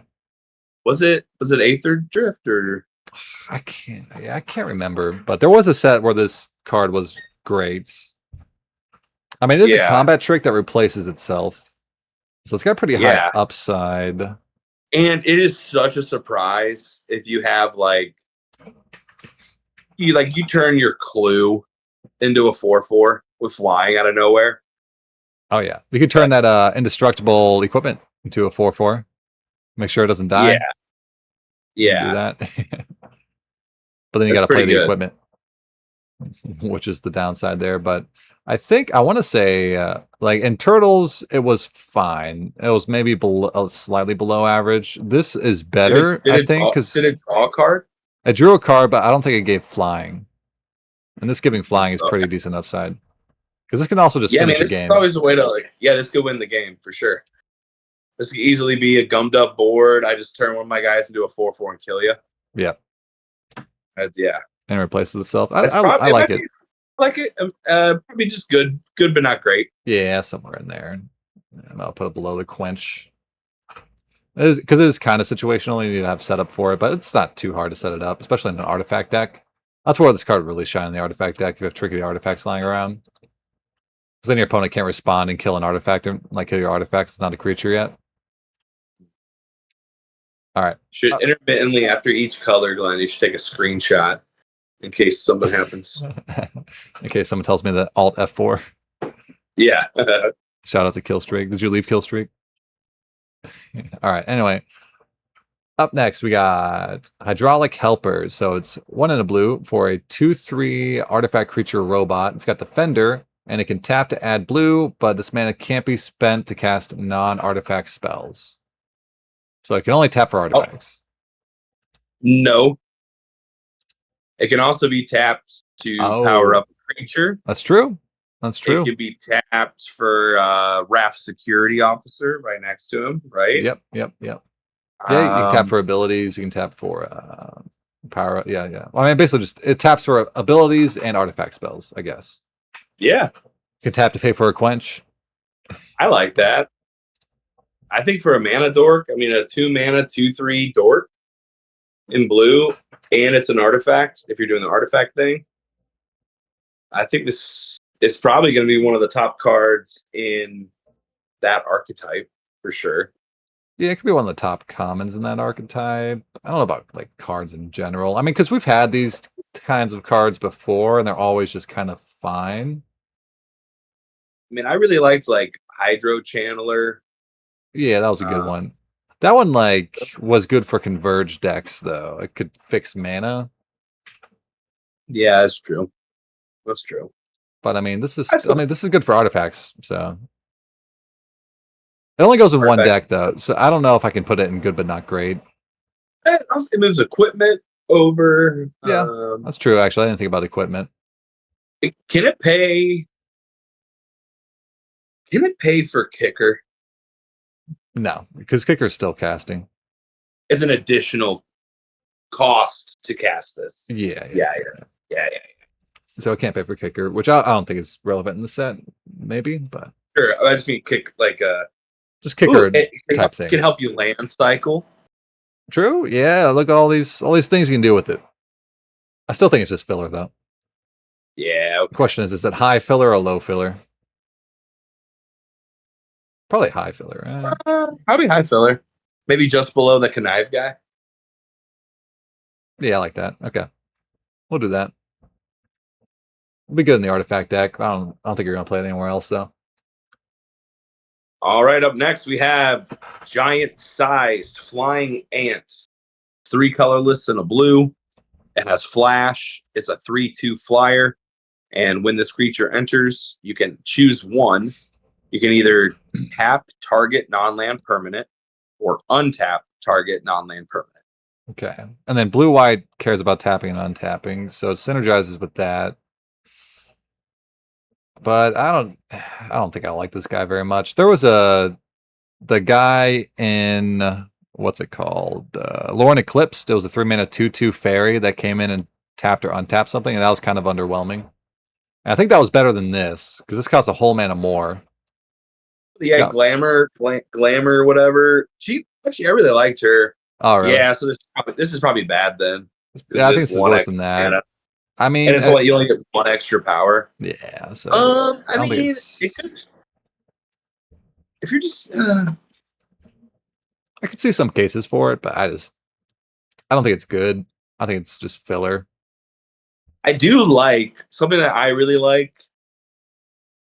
Blue-white flyers has always been like a classic draft archetype. Oh yeah, and there is so many, at least like on par or okay flyers that we've seen in just blue white commons. That's true. Like you could probably do like an oops all flyers deck. Yeah. And you'd be happy playing this and that. This would be really good in that because the thing with flyers is they're usually understated, and so it's sometimes hard to race your opponent. But if you can play this and tap their attacker before they Yeah. attack, yeah, that's actually a pretty good play. Still like kind of a And weak card though. Yeah. And a lot of stuff kills it. Yeah, it It's dies probably to like, anything. It's probably like really low filler. Yeah, especially now we know that there's a 1-mana deal 2 in white Yeah, yeah, already. So Yeah. you paying 4 mana for this and having a 1-mana spell kill it's gonna feel really bad. Yeah, and it doesn't even like it's I'll put it above the life linker, I think. Well, I like it more. Well, do I like it more than the 3/3 flyer that surveils or scries too? I actually don't know if I do. I might like that better. All right, but it's not like you'll play it sometimes. There are some decks it'll be like there's some if you build like a draw go deck, this would be really good in that. But yeah. It's like a mid-sized threat and like a control deck. Yeah, wouldn't be too bad. But up next, we got Futurist Forge. So it's 1 in a blue for an artifact. When it enters, draw a card, and you can pay 3 in a blue, 4 mana to sacrifice it and draw 2 cards. Love it. Love it. I love these kinds of cards. Hopefully, this format's slow enough to support it. But I mean, it gives you an artifact entering trigger. And you get 3 cards out of total. It's pretty good. Yeah. Question is, do you play this outside of the artifact deck? Probably not, because this is worse than Cryogen Relic. Way worse, yeah. Cryogen Relic you could put in any deck, because you easily get 2 cards from it, and you can tap down something with it. This is, I mean, would you put? So you draw 3 cards in total for 6 mana. Yeah, in installments though. Yeah, it's split up. I mean, I do like it. Just the difference between good but not great and filler is if you're going to play it outside of the artifact deck, which I'm not sure if you do. It could go. I think the blue-black deck is about drawing extra cards, so I could see this going in that. There's some stuff that triggers off of drawing your second card for the turn. Yeah. Huh. Like I'm predisposed to like trinket artifacts that draw you cards. I think it's good. I think it's good. All right, we'll put it in good. I'll put it above.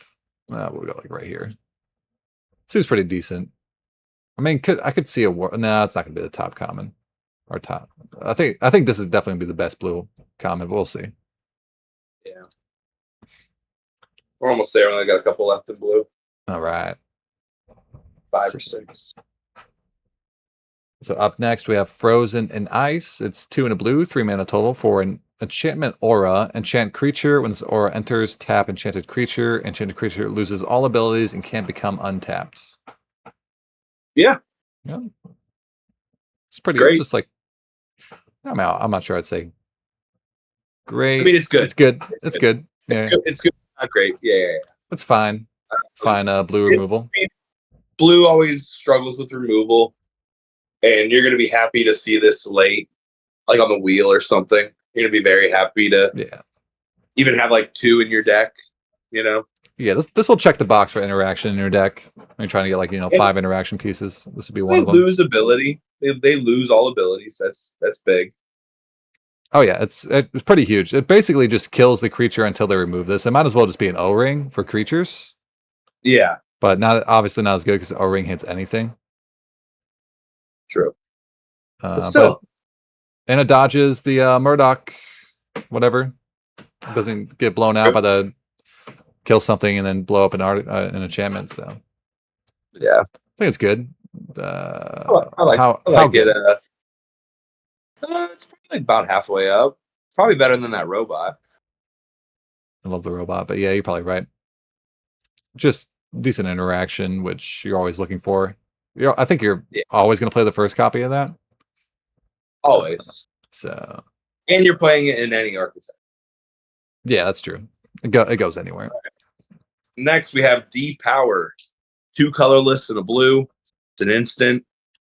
It costs 2 less if it targets an attacking creature. The target creature gets -4/0 until end of turn, and then you draw a card. Hmm. And actually, it is separate. So I don't think they can fizzle the draw a card. No, they can. It has to have 2 different targets for them to not fizzle it. So if it said target player draws a card, then they couldn't fizzle it. But yeah, if you go to target the creature, they give it hexproof, it will just fizzle the card. Oh, okay. Yeah. I thought it had to be like a run-on sentence. No, it has to have multiple targets. If you get rid of one of the targets, like the only target, it'll fizzle it. So it's a 1 mana, -4/0, draw a card. On an attacking creature, so it's pretty like if you ever pay 3 mana for this, it feels really bad. This might be our first get this out your deck.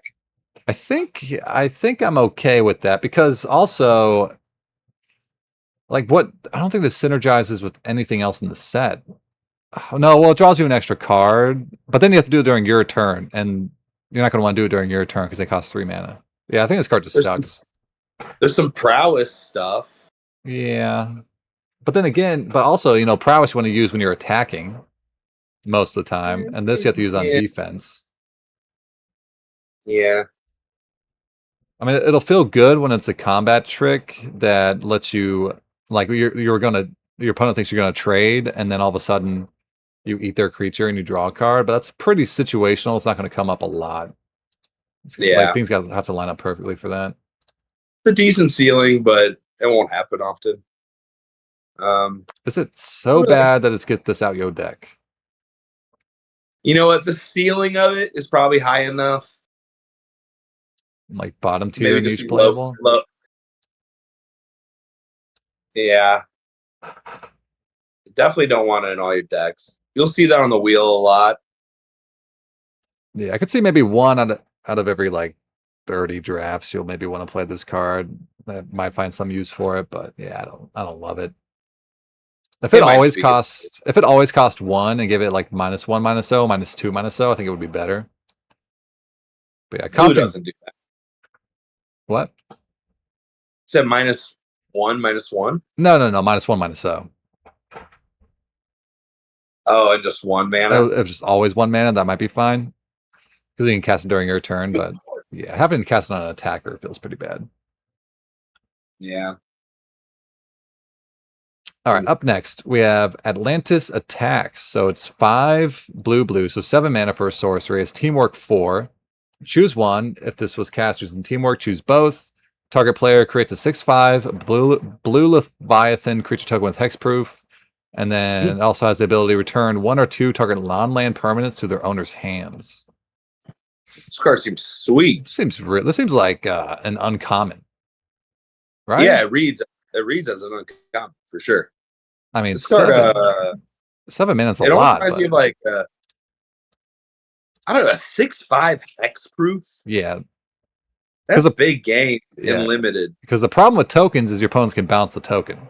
They can't bounce this token. It solves the problem. Yeah. Huh. I mean, yeah, if you're ever casting this for both its modes, you just completely turn the game around. Yeah, you probably win. Yeah. I mean, this might be the top common. It's really expensive, so yeah, it's 7 mana, but I think it's quite good. I want it at the top of the top commons though. I think I like that. One other thing too is that it's got a pretty high teamwork cost, so when you play this, you're likely not going to have decent attacks that turn, which knocks this down a little bit. Yeah, but you're probably playing it in a control deck anyways. Yeah, but in a control deck though, you're not going to have as many creatures on board to pay the teamwork cost. By turn 7. Like, how do you feel if you don't have the creatures to pay for teamwork, and it's either just bounce 2 things or make a 6/5? That's actually still. I think making a 6/5 with hexproof for 7 mana in limited is very good. I mean, if it was just that, I don't think I would play it. But the fact that it can be just that, or just bounce 2 things, or do both, I think makes it really good. Okay, I totally missed the. You could just. Okay, yeah. I was too fixated on the thing. I didn't even realize you could just do the bottom one. Yeah, you can just do the bottom one too. So it could be 7 mana, bounce 2 things, which is okay. I mean, it's definitely overcosted, but like it's modal. It can doing both is insane. Yeah, I think it's just top common, right? Not better than this guy, but still pretty good. In the top commons.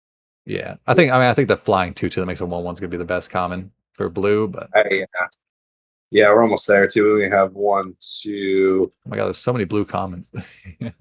5. There's 6 left. I miscounted earlier by a lot. All right, we have Bold Biochemist. 1 and a colorless. It's a 1/3, but it has power up for 5 and a blue. You put a 1/1 counter on this creature and draw 2 cards. So for 6 mana, you get a 2/4 and draw 2 cards. It is very bold. It's not that good of a card. Yeah, just the 2 mana 1/3 is pretty bad. But it does, like, your opponent is going to want to kill it because eventually you'll draw 2. Although then again, okay, so the 2/1 in Strixhaven that you pay 5 to draw 2 actually turned out to be kind of just not great. It was okay. You play it sometimes, but yeah. And that had Opus synergy. And you can do it multiple times, couldn't you? No. I mean, if you like blinked it or something, you could. That'd be the same case with this guy. Yeah. I mean, again, if you're doing like, if there was like a power up sub theme, if you were doing like the synergy and got a bunch of payoffs, or if you made power up cheaper. Yeah, I don't know. Like says it's probably just filler though. I think it might be lower tier filler because there's also the 5 mana 2/2 that when it ETB drew 2 cards and it would sometimes be cheaper, and that was also not good in Strixhaven. And this is just worse than that, like by like a good deal worse. So yeah, I think it's like bottom tier filler. I think I like it more than 2/1 lifelink, but all right, yeah, we have 2 more commons in blue. Okay, so up next, Atlantean Cavalry. So it's 3 mana, 2 in a blue for a 3/2 Merfolk Soldier. It's got Vigilance. When you draw your second card each turn, put a 1/1 counter on this creature. This card seems horrible to me. This is just really bad. You have to draw. Yeah, unless you're doing that synergy really consistently, and you're not even turning it into like a 5/4 until turn 6 or something. This is probably get this out your deck. Yeah, and by then it's like not even gonna matter. They'll have blockers for it. Whoops. This card is just awful. This is probably so the worst card we've seen. I think by far the worst card we've seen. 3 mana 3/2 Vigilance as a baseline is just horrendous. Very bad. And like at most it's gonna like you can only grow it once a turn. That's never gonna really outscale the game. Yeah, it's too much work to draw 2 on their turn. Yeah. It's too much work. I don't think that's gonna happen. It's bad. Let's not spend any more time on that. All right. Up next, we have Aerial Doombot. 1 blue. It's a artifact creature, robot villain. It's a 1/1 flyer for power up, 5 and a blue. Put 3 1/1 counters on it, so it turns into a 4/4. So for 6 mana, it's a 4/4 flyer. But I mean, it's a 1 mana 1/1 flyer that's also an artifact, so can't be that bad.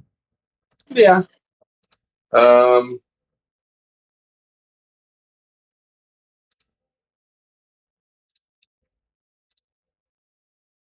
If it wasn't an artifact, I would boring. Not want it. I don't have too much to say about it. It's just like, it's very, very Yeah, very meh. Bottom tier filler. I'll throw it over here. Yeah. It's fine in the artifact deck.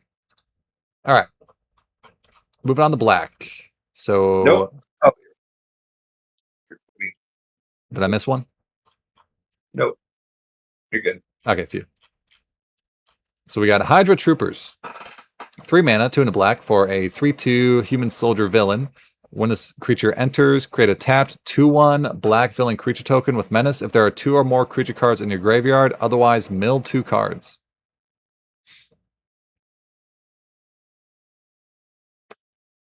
That's really good if you have the 2 creatures in your yard. Yeah. So there's like a fill your graveyard sub fee. Yeah, black and green is a lot of cards Okay. care about having 2 or more creatures in the yard. So this enables the deck by milling stuff if you don't have creatures It's an in the yard. enabler and a payoff. Yeah, so I think that's just good. I think it's just a good card. Yeah. I mean, you might even play this. I do play this outside the green black deck. Is it like how hard is it to get 2 creatures in the yard? I mean, By turn 4, it's not good on curve. no, not good on. That's a good point. It's not good on curve, but like the blue black deck is based on connive, and that's going to have an easy time putting creatures in the yard. And there's basic land cyclers. Yeah. I like this guy. I like him. What's black red do? It cares about villains. This is a villain. It is. It puts 2 villains in play, I think, right? Yep. Yeah, makes 2. I think it just goes Yeah, in but- most decks. I think you're playing it in most decks. Yeah. I like it. Top common, maybe? I don't know. That's the first one we looked at, bro. Maybe? All right, I'll put it. Oh, top commons, right? I'm gonna put it up here. It's on the edge. I really like this card. I like that. I could be wrong about it though, because you are right. It is bad on curve. So maybe it can't be a top common, but all right. Oh, up next, you take this one. All right, up next, Roxen Brutes. So it's 5 mana, 4 and a black for a 4/4 human berserker villain. It's got menace. When you draw your second card each turn, put a 1/1 counter on target creature. It's got basic land cycling for 2.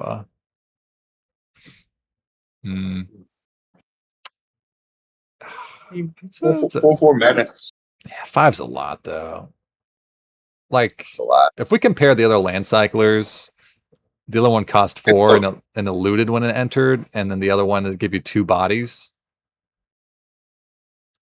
I think this is the worst so far that we've seen of the land cyclers. Yeah, it's probably like low filler, mid filler. Yeah, that sounds good to me. Yeah, low to mid filler. I mean, putting a counter on anything is kind of nice, but it's also very expensive. I'll put it like down here. Something like that. Seems fine to me. All right. Moving on. I thought I had to sneeze on the last one. Oh. We have Widow's Bite. Colorless and a black. It's an instant. Has teamwork 3. You could choose one, and if it was cast using teamwork, you choose both instead. Target creature gains death touch until end of turn, and target creature gets -2/-2 until end of turn. Huh. This is interesting. I mean, it's a cheap black removal. Yeah. I mean, like 2 mana gives something -2/-2 is a card you probably would never play on its own, because there's like 1 mana spells that do that. So that's way overcosted. So how much does giving something else death touch make this? Like, does it make it worth it? I don't know if it does, actually. Yeah. Like, both sides of this are kind of bad. And doing both, you have to do teamwork 3, that's not free. Yeah, and I don't know how good they are together. Like, It's I probably guess- just like it's probably like you're happy to see it on the wheel if you haven't got a lot of removal, Yeah. but you're not picking it highly. It's low filler. Yeah, I think that sounds about right to me. I mean, because you want to play it on what? I think it's better on defense, and then cards that are better on defense are usually worse because your opponent has open mana. But I mean, like, your opponent attacks you, you can block, and then tap the creature you blocked with for teamwork, give the blocking creature death touch, and kill something else. But it still seems like a lot of setup for not even that great of a payoff because you're still trading your creature. Yeah, I think it's like just lower tier filler. I'll put it above this guy, I guess. All right, up next we got Unliving you can Legionnaire. shrink their 5/5 with your 3/3 after you block it, and oh no, it had to be a 4/4. You block their 4/4 with your 3/3. You give it Death Touch, and you -2/2 them. But then That's the ceiling. your 4/4 would also just already kill or your 3/3 would also just already win that combat. No, 3/3 wouldn't kill a 4/4. Oh, I see what you're saying. Wait, what? You block with your 3/3. Yeah. They attack. So they attack with their 4/4.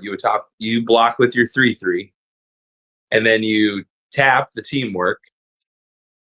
Tap for teamwork with your 3/3. You neg 2/2 their 4/4, bringing it down to a 2/2. Oh yeah, I know. And then this wins the combat anyway.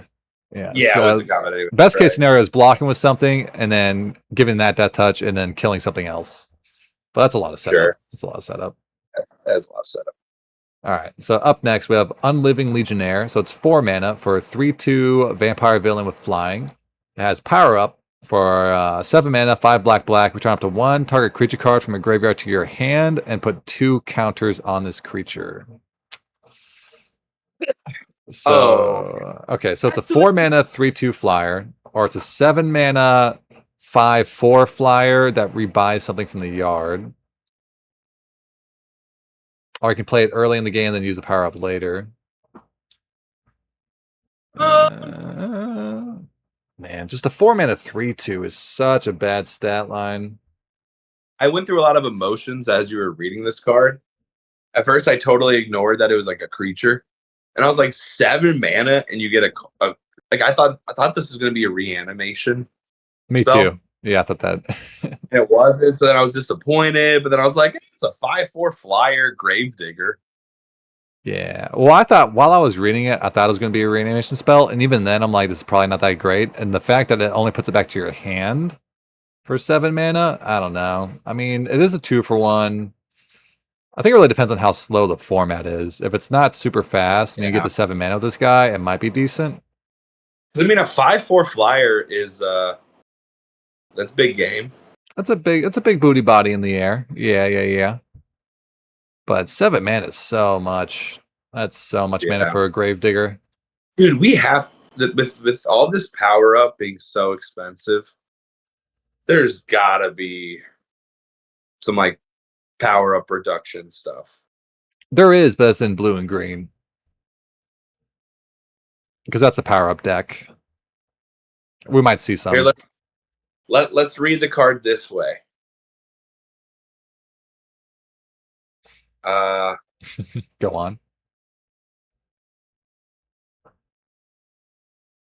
Never mind. Perfect. How do you do this?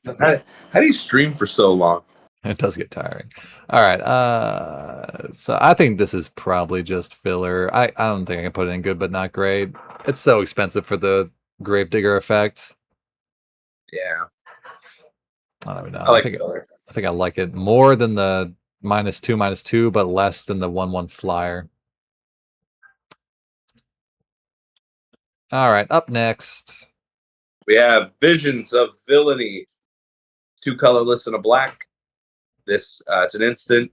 This spell costs 1 less to cast. If you control a villain, you draw 2 cards. You lose 2 life. I mean, 2. If you can play it for its reduced cost, little Sign in Blood. Sign in Blood at instant speed too. Yeah, which is pretty nice. They're pretty nice. I like it in the villains deck for sure. Yeah, I mean, even in a non-villain deck, you might play it. I mean, yeah, there's a lot of villains running around, so you could even play it like outside of black red. Yeah, you just happen to have some villains. Yeah, like even like white has some villains. So I like it. I think it's a pretty good card. You think it's in top commons or just in good but not great? I don't think it's quite top common. But Probably I think high up on it though. Yeah, I think it's high up on good. I'll put it like over here or something.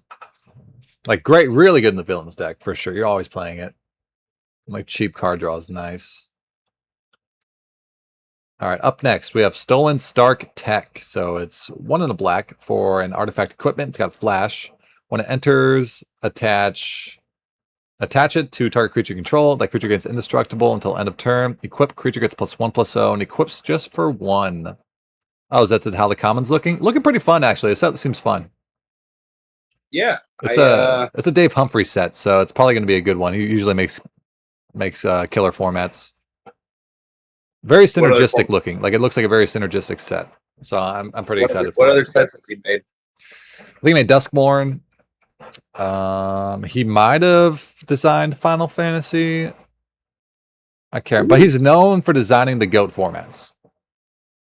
I can't remember the other ones, but all the good ones he's designed. Like he Return to Ravnica. I can't remember. It was so long ago. Who knows? This card seems cool. Yeah, Like it. yeah. It's a 2-mana combat trick or a 2-mana save a guy from a removal spell. I mean, it's not. It's outside of the artifact colors though. It's not blue or red. But Yeah, black. it's only. I mean, Black does have a sub theme for equipments.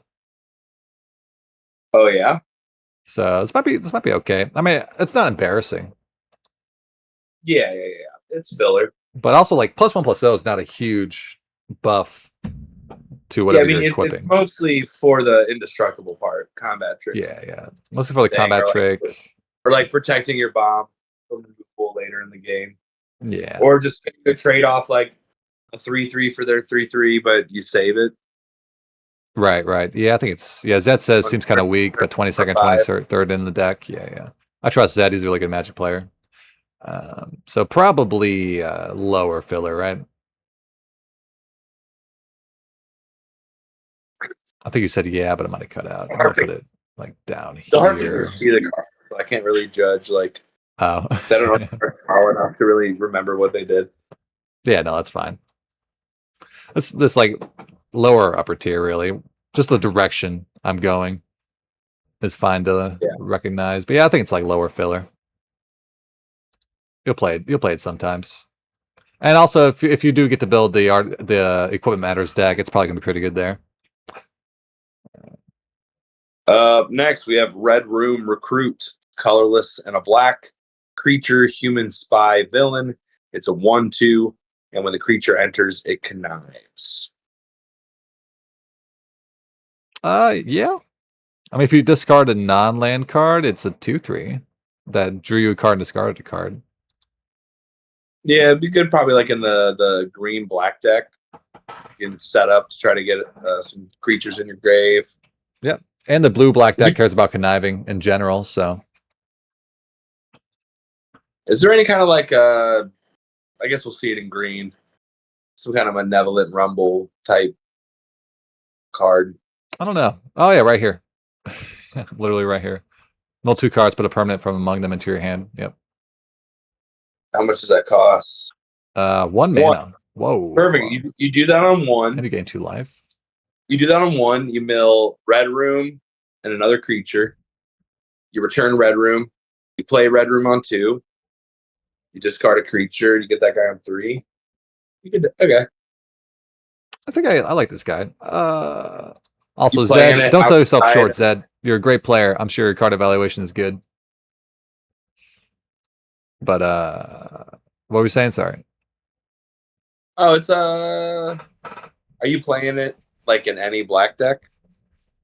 Any black deck, maybe. I think it might be good enough to play in any black. I mean, it does give you value on ETB, which is really nice. Yeah. You are incentivized to discard a non-land card, but early in the game, you want to keep your lands anyway because you want to hit your land drops. So yeah, it can also help you find lands in like a 2-land hand. Yeah, it helps you keep risky hands. I like this. Actually, I think it's good, but not great. Okay, somewhere in here, maybe like mid tier. You think? Yeah, it's an efficient 2-drop. I'll put it like right. Worse. Like, Think it's worse than removal or better? like what are the other color combos? You know, that's the blue, black, and black, green. Yeah, so it definitely goes in blue, black, and black, green for sure. Does it go in white, black? It might. I mean, it's a 2-drop. So like, if you need 2s, you're not embarrassed to play it. I think in any deck. I think you're probably just gonna play in most decks. And white, black, it might be like a 23rd playable, but still fine. This next guy looks creepy. And it's a villain too for red, white, red, black. Sorry, but yeah, go on. I think it's yours. Go ahead. Oh, my turn. Okay. So up next, we got Project Deathlock Soldier. So it's 1 black mana for a 1/2 zombie soldier artifact creature. You pay 2 and a black, return this card from your graveyard to your hand. Man, if this was a villain, this would be so much better. Just like keep re-triggering your villain matters stuff. I also feel like this will be good in sealed, because sealed games, they always go so long, they always go so grindy, and just being able to have, like, when you're in top deck mode with on turn 9, turn 10, turn 11, and you're just able to have like an unlimited chumper. It's always been pretty good in sealed. Yeah. I do so if is there any, like, I wonder if there's any sacrifice stuff in this format, because this would be really good in a sacrifice deck. Just unlimited fodder. But Yeah. I haven't seen anything that cares about sacrificing stuff. Yeah, I think in sealed you're probably right. It's pretty decent. And regular draft though, I don't really see any synergy for it.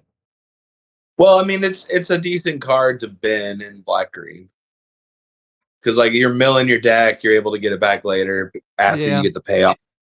That's true. That's true. And we've already seen at least 2 self-mill cards, and there's conniving. It's a good card to connive. That's actually a really good card to connive. Great card to connive. So Yeah. you're playing in blue black. I bet there's gonna be some kind of like there's gonna be some fun little splashes. Because like you probably play this in like a Grixis artifact deck. I could see that. You know, maybe like in sealed. Yeah. I still think it's filler, but I think it might be like high filler. Oh, yeah, definitely filler. Like high mid filler. Like right over here. Yeah, let's put it right there.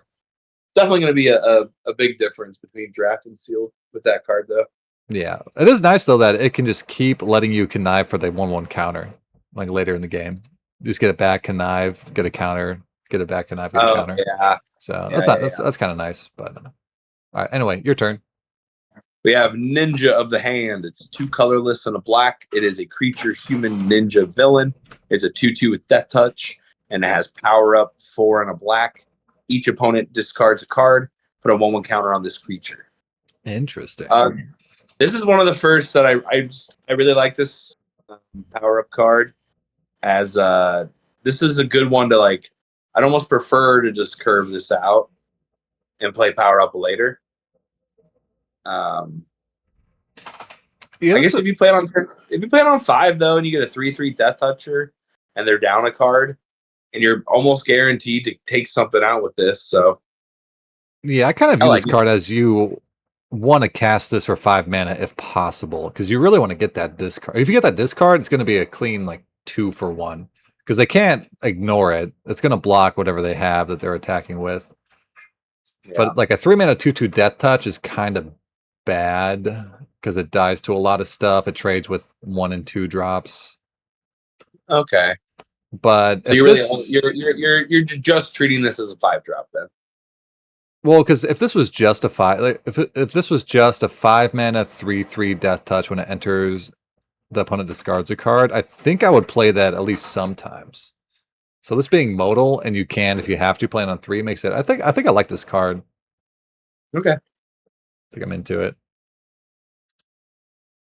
Probably in good, right? You're probably playing this in any deck that has black.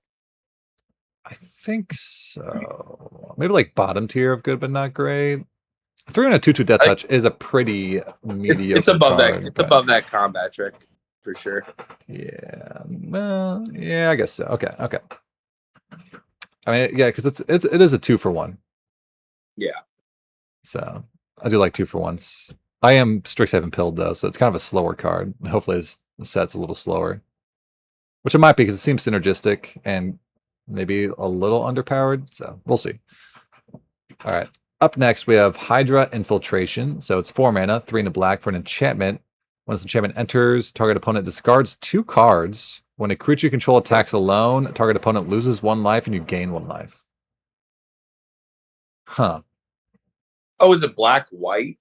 That's attack alone thing. Yeah, it's black white. Okay. Is this good? I mean, don't know. yeah. I think. I mean, like 4 Arcane mana. Omens. Arcane Omens was 5 mana, and you're always hoping to get at least 3. There's 1 less mana and guaranteed 2. Yeah, I mean, but Mind Rot's not a very good card nowadays. That's 3 mana, discard 2.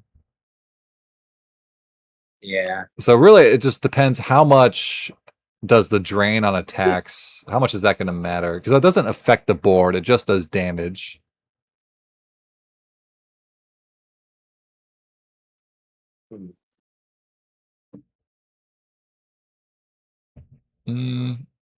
I don't know. Again, there's some way to like flicker it. Yeah, that's true. Like, I kind of want to say... But you know something about Mind Rot? I want to say something crazy here. You almost never want to be playing Mind Rot on turn 3. Yeah. Because they're just going to discard stuff they don't care about. That's true. When you play a Mind Rot effect on 4, you're probably definitely hitting something good and maybe 2 good cards. That's a good point, actually. That is a good point. It's a terrible top deck, though. Yeah, I mean, yeah, unless your opponent's at like unless you're like 1 point away from killing your opponent, and then you top deck this and you attack alone. But yeah, that's sure, so niche. Yeah, I don't know. I think my gut tells me this is bad because it doesn't enable attacking alone.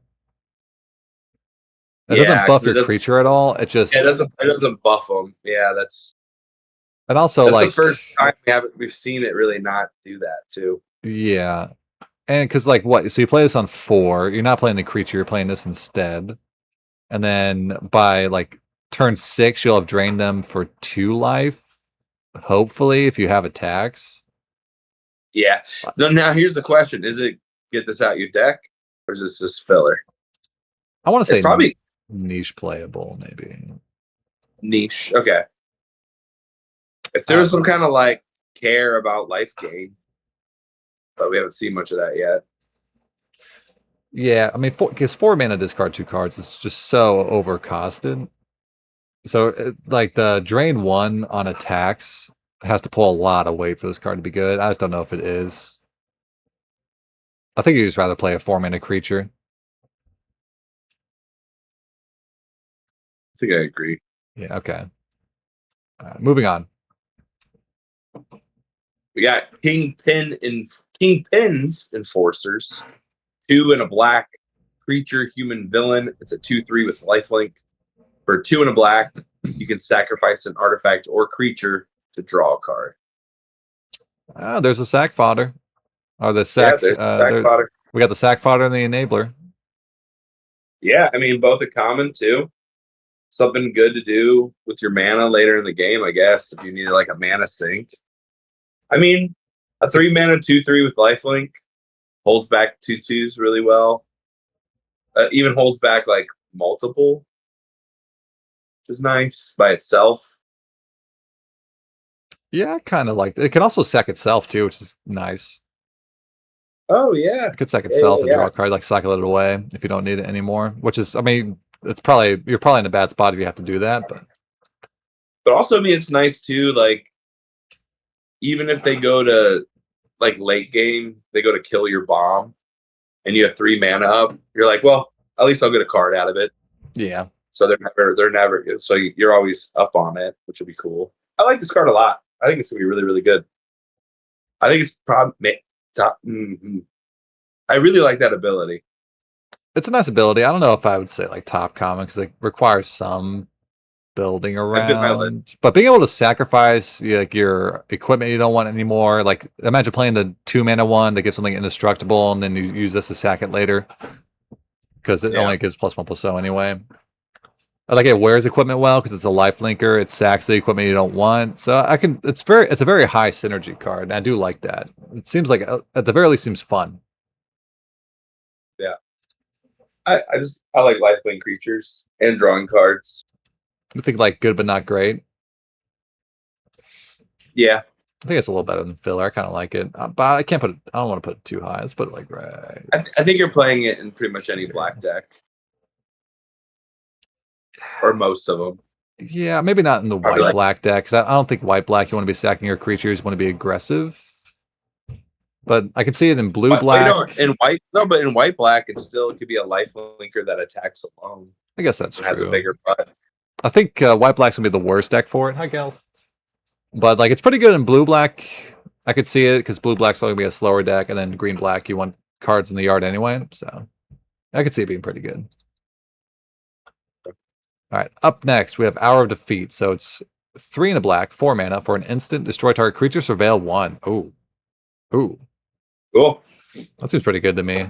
I mean, destroy something Yeah. and get a surveil. I'm for it, and it's easy to cast too. Just 1 black pip. We've seen this a lot as like Wander Off. It was 4 mana. Well, 3 in a black, instant, exile target creature. So this is destroy, but you get to surveil 1. And it's easier to splash than like a murder. Yeah, I like it. Yeah, I think This like might be their best black removal.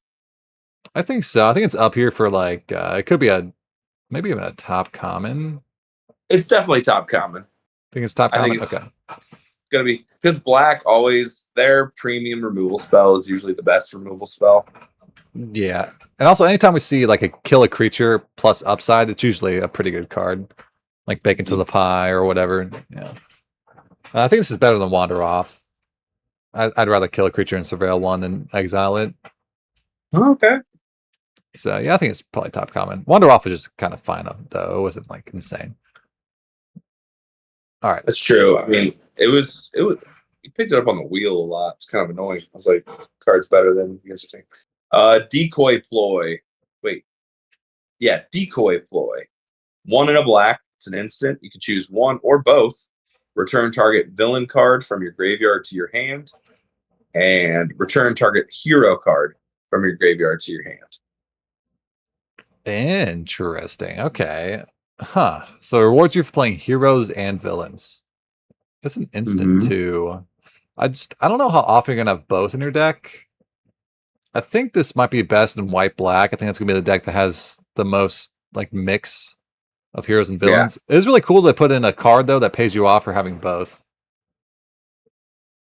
I'm trying to look at the art. What's going on here? That's the thing, and he's taking apart something. Okay. Oh yeah, it must be like a decoy robot, and the thing is taking it apart. I mean, it is a lot. Bless you. It is a lot of setup. Like if you only get 1 card back, it's kind of bad. If you can get 2 cards though, it's pretty good. There was that 1 card in Lorn Eclipse that you can get 2 creatures back of the same type, and I like that card quite a bit. Mm-hmm. I thought it was pretty good. This seems like harder to enable than that card because I think a lot of decks you want to go all in one or the other. But it costs 1 less, right? No, that one costs 2 as well. Unbury. Oh, did it? But I think that might have been a sorcery. I think.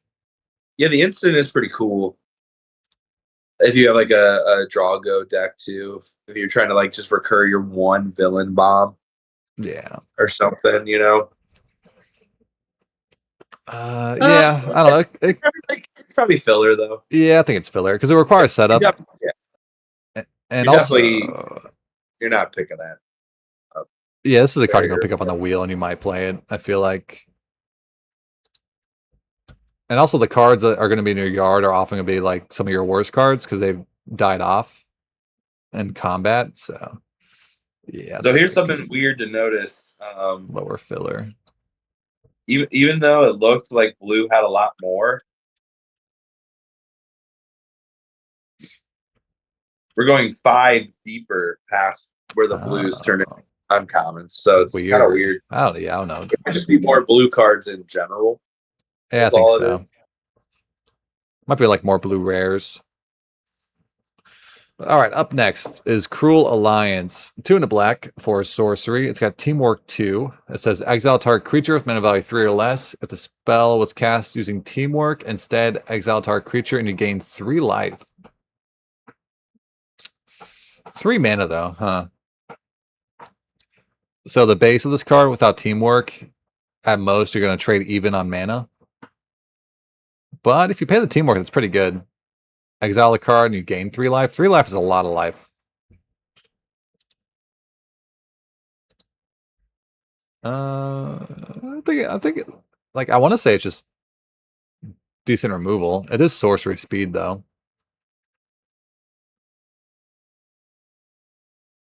Oh yeah, being sorcery is a little lame, but I mean, it's the teamwork cost is pretty low. Yeah, pretty easy to get to. This is probably high in good. I think so, because also, like, you're tapping a creature to kill anything, but you're gaining 3 life, so it kind of offsets you not being able to block with that creature. Yeah. Yeah, and it exiles too. And if it's gummed up enough, there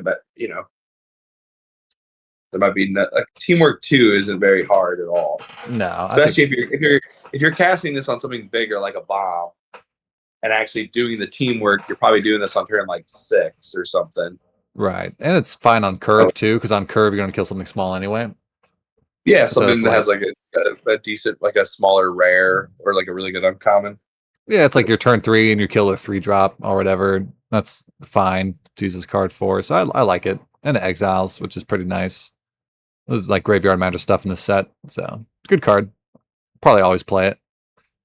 But all right. So up next, we got Agents of Hydra. It's 1 and a black for a 1/1 human spy villain. When this creature dies, create a 2/1 black villain creature token with menace. Love it. Be great in the sack deck if that's a thing. Yeah, this card's great. So it's a 1/1 that dies into a 2/1.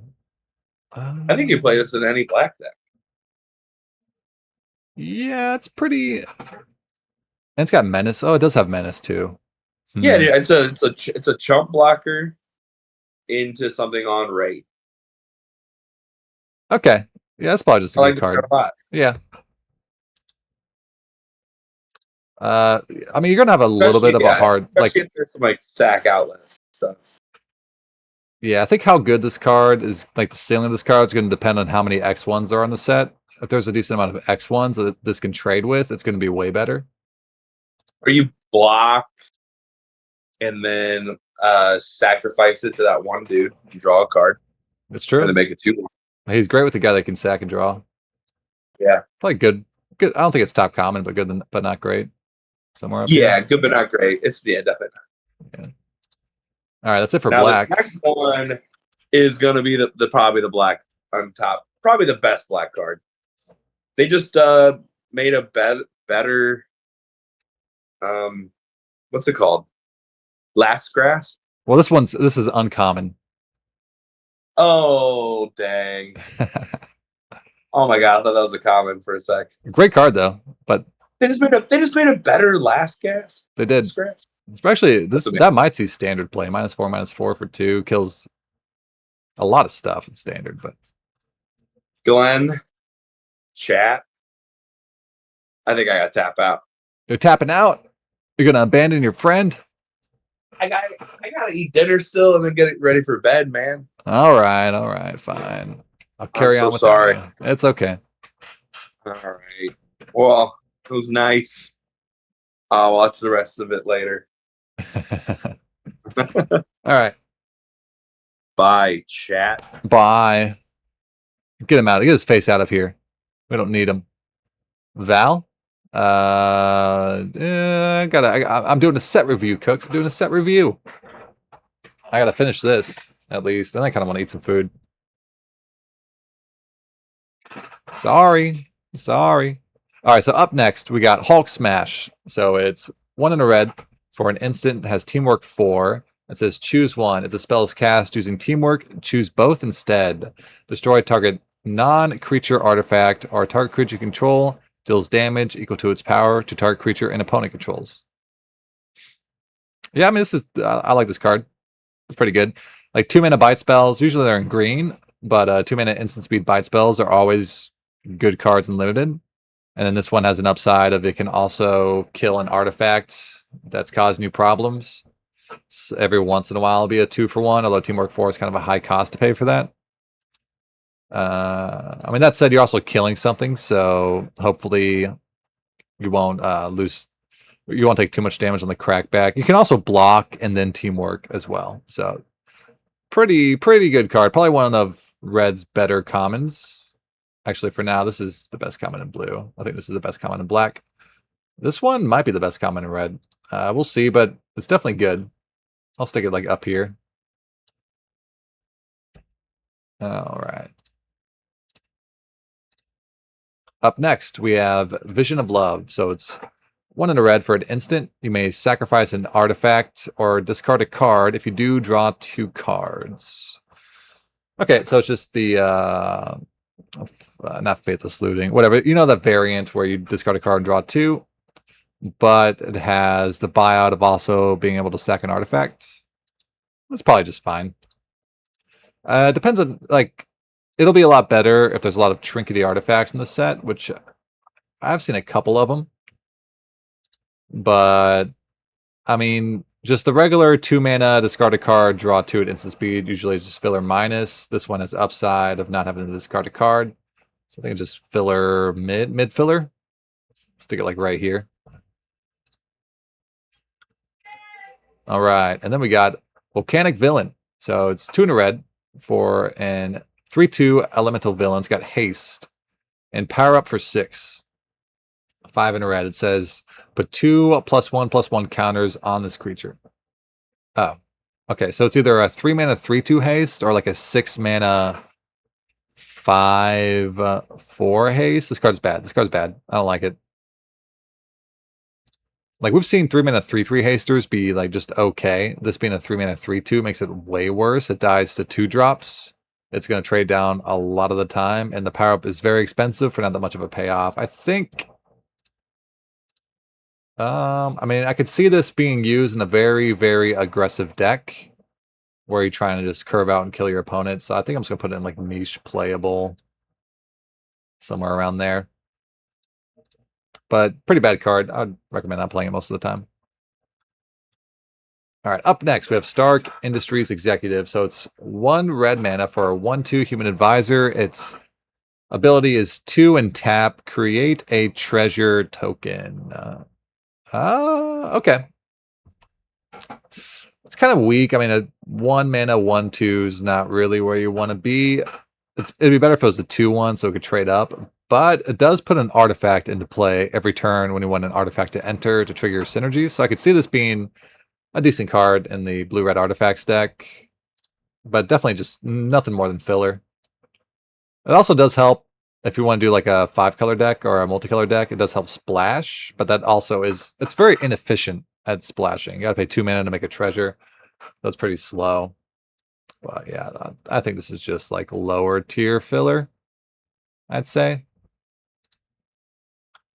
All right, then we have super speed. So it's 1 red mana for an enchantment aura. It's got flash, enchant creature. When this aura enters, enchanted creature gains first strike until end of turn. Enchanted creature gets +1/+0 and has haste. So in blue, in black, and in red, there are auras or enchantments that come in at instant speed and give a creature a combat boost. So good to know. Something to look out for. But this one, I think I don't. It's okay. It's actually not too bad. So you can use it to win combat. That's probably gonna be the main mode.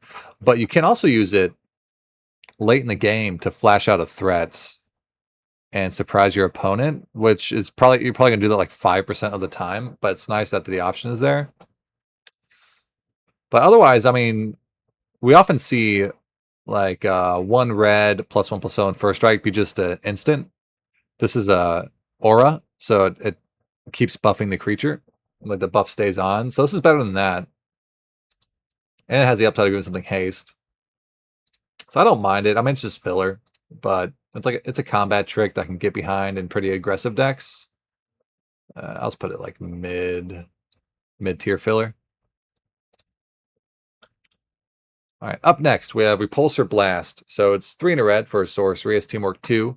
Repulsor Blast deals 5 damage to target creature. If the spell is cast using Teamwork, it also deals 2 damage to that creature's controller. But it's sorcery speed, huh? So 4 mana, deal 5 at sorcery speed is probably like filler minus. It's a removal spell you play if you're desperate for removal. Sorcery really kills this card. If it was instant, it'd be way better. And you can also tap a 2-power guy to deal 2 to the controller. I don't know. I don't love it. I mean, you'll play it when you need removal to make sure you have enough interaction in your deck. But I think this is like filler minus. I'm gonna put it down here somewhere. Well, I mean, no, I'll say it's mid filler. It's mid. I mean, it's a 4 mana removal spell. Kills most things. Can also dome your opponent. Yeah, whatever. It's probably just okay. Up next, we have Machinesmith Automaton. So it's 3 mana, 2 in a red for a 2/2 artifact creature robot villain. It's got trample, and whenever another artifact you control enters, put a 1/1 counter on this creature. I don't love it. We've seen these creatures a lot in recent sets where it's like a 3 mana 2/2. It grows when something enters, and they're usually pretty bad. Just starting off as a 3 mana 2/2 is rough. If you play this on turn 3, it's not going to block well, and it dies to 1 mana interaction. So I think I'd recommend just, I mean, trample on a card that grows is nice, but I think it's kind of slow. It starts off really small. I think this one, I might even play it, like put niche playable. Like if you're desperate for artifacts in the artifact deck, maybe you play it.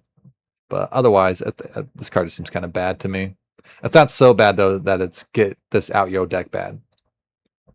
All right, up next, classic Lightning Strike, 1 in a red for an instant. It deals 3 damage to any target. Great card. You're always playing Lightning Strike. It trades up in mana. You can pay 2 mana to kill their 3 or 4 drop. Instant speed. You can use it to blow out combat tricks. A lot of uses for it. It can go face as well if you're trying to kill them, and they're at 3. So this is definitely probably, I'm just gonna put a top common. Yeah, I think I like top common. You're probably playing as many copies of Lightning Strike as you can get your hands on. I don't think there's really a limit to that. Very good card. And they're even kind of better in multiples because you can just go face to your opponent and finish them off. All right, up next we have Kree Sentinel. So it's 4 in a red, 5 mana for a 5/5 artifact creature, Kree robot villain. It's got reach and basic land cycling for 2. Womp womp. I think this so far is the worst land cycler we've seen. Just a 5/5 for 5 with reach is a pretty bad. Like it's very vanilla. It doesn't do anything on ETB. If your opponent kills it with like a 3 or 4 mana removal spell, you're feeling pretty bad about it. And having the buyout of basic land cycling is nice, but I think this is the worst of the bunch so far. I haven't seen the green one yet for the basic land cyclers. Like this one compared to the white one is night and day. The white one's insane. This one is very filler minus. I'll put it way down here. Maybe like above. Yeah, way down here. It's clunky. 5 mana 5/5 is not good. You're probably not playing it most of the time. I could see it maybe being used in like the multicolor deck just to help fix, but yeah, I'll keep it a lower tier. All right, so moving on, we got K'un Lune Warrior. I'm probably butchering that name. So it's 2 mana, 1 in a red for a 2/2 human warrior hero. When this creature enters, you may sacrifice an artifact or discard a card. If you do, draw a card. Okay, so it's kind of like the what was it? The 2 mana 1/2 when it enters connives. I like that one quite a bit. But that one can be a 2/3, and it's in a color pair that cares about drawing cards. This one's always a 2/2, but it stays a 2/2 if you discard a land. And you have the upside of being able to sack an artifact. I mean, it's a 2 mana 2/2 with upside. I don't think it's crazy, but I don't think it's anything better than filler. And you're not. I mean, yeah, it's fine in the artifact deck. It's fine in any deck you want a 2-mana 2/2, but it's like, yeah, no lower filler, just fine. Like if you need a 2-drop, it'll fill the role. Oh, maybe no, it's probably mid-tier filler because it is a 2-drop that enters, draws, and discards a card. That's actually usually not that bad. Okay, I'm changing my mind. I'll put it above this flyer. This flyer's actually, let's stick you back like here. Okay. Next up, we have Hydra, Assault Robot. So it's 2 mana, 1 in a red for a 1/3 artifact creature robot villain. Whenever another villain and or artifact you control enters, this creature deals 1 damage to target opponent. Okay. I tend to like these cards more than I should. I really like pinging my opponent for 1. This is decent. Like it's an artifact for the artifact deck, a villain for the villains deck, and it sits on the board and just, I mean, if this can do 3 to 4 damage to your opponent throughout the game, you're pretty happy with it. It's like a 2 mana 1 through the ETB, deal 3. It's pretty decent. I like this card. I think it's going to be good but not great. It goes in 2 different decks, so good but not great, but like lower tier, good but not great. Then next up, we have Hire a Crew. So it's 3 mana, 2 in a red for an instant. Create a 2/1 black villain creature token with menace. Then creatures you control get +1/+0 until end of turn. Okay. So that instant speed, it makes a 3/1 pretty much. So you can use it as a removal spell to kill an X3. But you can also use it during your turn if you want to buff your board. And it makes a villain. 3 mana for a 3/1 though. Like if it was a 3 mana 3/1 flash, that would be pretty bad. This has, I think it's a little higher upside because it buffs your board and gets menace, but I still don't love it. It is an instant speed way to trigger villain matters stuff. But I think it's just filler minus. I don't know. Like the stat line's really bad for 3 mana. Sometimes it's just not going to line up that well. Stick it like down. Whatever. Down here somewhere. All right. And then we got Hawkeye's Bow up next. So it's 1 red mana for an artifact equipment. Equipped creature gets +1/+0 and has reach. Whenever equipped creature becomes tapped, it deals 1 damage to each opponent. Equipped for 1. This seems really bad. Yeah, this is quite bad. It doesn't buff toughness, so it's not going to help you in combat all that much. Which you want it to do because you have to attack for it to deal 1. And the white-blue deck is the deck that cares about tapping creatures and can tap creatures outside of combat. I mean, I guess if you pay a teamwork cost, it deals 1 damage, but still, like, it's 1 damage. I think you don't want to play this card. I think this is get this out of your deck. I'm gonna stick to it. Upper tier. It's better than this card, but I just don't really see a world where I want to play a 1 mana equipment that only buffs +1/+0. Like the upside of tapping and dealing 1 damage is pretty minor. I mean, I guess if you equip it to a creature, it deals 1 extra point of damage from its power boost and 1 point of damage from tapping, but still, yeah, I don't like it. All right, moving on. Crimson Operative. So it's 4 mana, 3 in a red for a 3/2 artifact creature human villain. It's got prowess. Ooh. And when this creature enters, exile a top card of your library. Until the end of your next turn, you may play that card. Ooh, okay, I like this card. I think I like this card. We've seen cards like this in the past that have been pretty good. Like the red card, the ETBs, you exile a card, you can play it. And this one gives you until your next turn. So it's usually going to be a 2-for-1. And it's a 3/2 prowess, so it's a growing threat. And it's an artifact on the artifact deck. Yeah, I like this card quite a bit. I think you're gonna play it in most decks and be pretty happy with it. I'll say like upper tier-ish of good but not great. And still a 4 mana 3/2, so it's not great the turn you play it, but it gives you a lot of value. Up next, Blazing Crescendo. So it's a 1 in a red for an instant. Target creature gets +3/+1 until end of turn. Exile a top card of your library. Until the end of your next turn, you may play that card. This card, it's funny because this is kind of like the operative, where it's like a card that exiles a card. You can play it till the end of your next turn.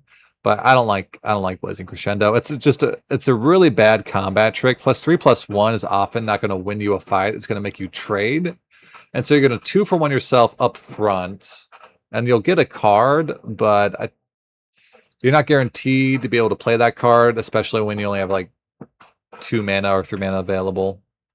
So I think this card's kind of bad. It's okay in a very aggressive deck. It does trigger the red-white prowessy target your own stuff cards, but I think it's just like niche playable. You'll play it every once in a while when you're being really aggressive, but I would recommend just not doing that. Okay, that's it for red. Now we can move on to green. And so, first green comment of the day is Go Nuts. It's 1 green mana for sorcery as Teamwork 3. Choose one, and then Teamwork, choose both instead. Put a 1/1 counter on target creature, and target creature fights target creature and opponent controls. So it's either prey upon, or put a counter on something, or do both. I do like this card. Fight spells are a lot worse than bite spells. You're not always going to be able to use them, and if you do, you might 2-for-1 yourself. But this having the upside of being able to put a counter on something is really nice. Like there was that spell in Bloomburrow that was this, but it put a counter on something if you gifted a fish, and that was actually really good. And you would gift a fish quite often to win a combat or to win a fight. So I think this is going to be similar. It won't be too hard to teamwork this, and when you do, you're going to subtract from your opponent's board, so the crackback's not going to be too bad. I like it. I think it's going to be one of green's better commons for sure. I'll put it up here for now, and then Lightning Strike is definitely going to be the best red common, I think. All right, up next. Actually, is this just a top? This might be a top common. I do kind of like this. Yeah, let's go top common for that. Up next, we have Wakandan Royal Guard. So it's 4 and a green. So 5 mana for a human soldier hero. It's a 4/4. It has vigilance, and when this creature enters, put a 1/1 counter on target creature. If that creature is another hero, put 2 1/1 counters on it instead. Wait a minute. So it can target itself. Okay, so the floor on this card is a 5 mana 6/6 vigilance, which isn't bad. It's honestly it's fairly decent. And it can buff other stuff too. I actually kind of like this guy. I mean, it costs 5 mana, so you can't play a million of them. But the fact that it can target... Oh, wait, no, never mind. I read it wrong. If that creature is another hero. Okay, so let's backtrack. So this is on its floor. It's a 5 mana 5/5 vigilance, which is worse. But it could be a 5 mana 4/4 that puts 2 power on something else. Yeah, it's just fine. Filler. Maybe filler plus. It's a 5-drop, so you can't run too many of these, but it's fine top end. I'll put let's put it over here, I guess. All right, up next we have Super Strength. It's 5 mana, 4 and a green for an enchantment aura, enchant creature. Enchanted creature has +4/+4, trample, and ward 1. I mean, that's a huge power boost. Why ward 1 though? I think they could have put more, they could have done ward 3, and I'd still maybe not like this card.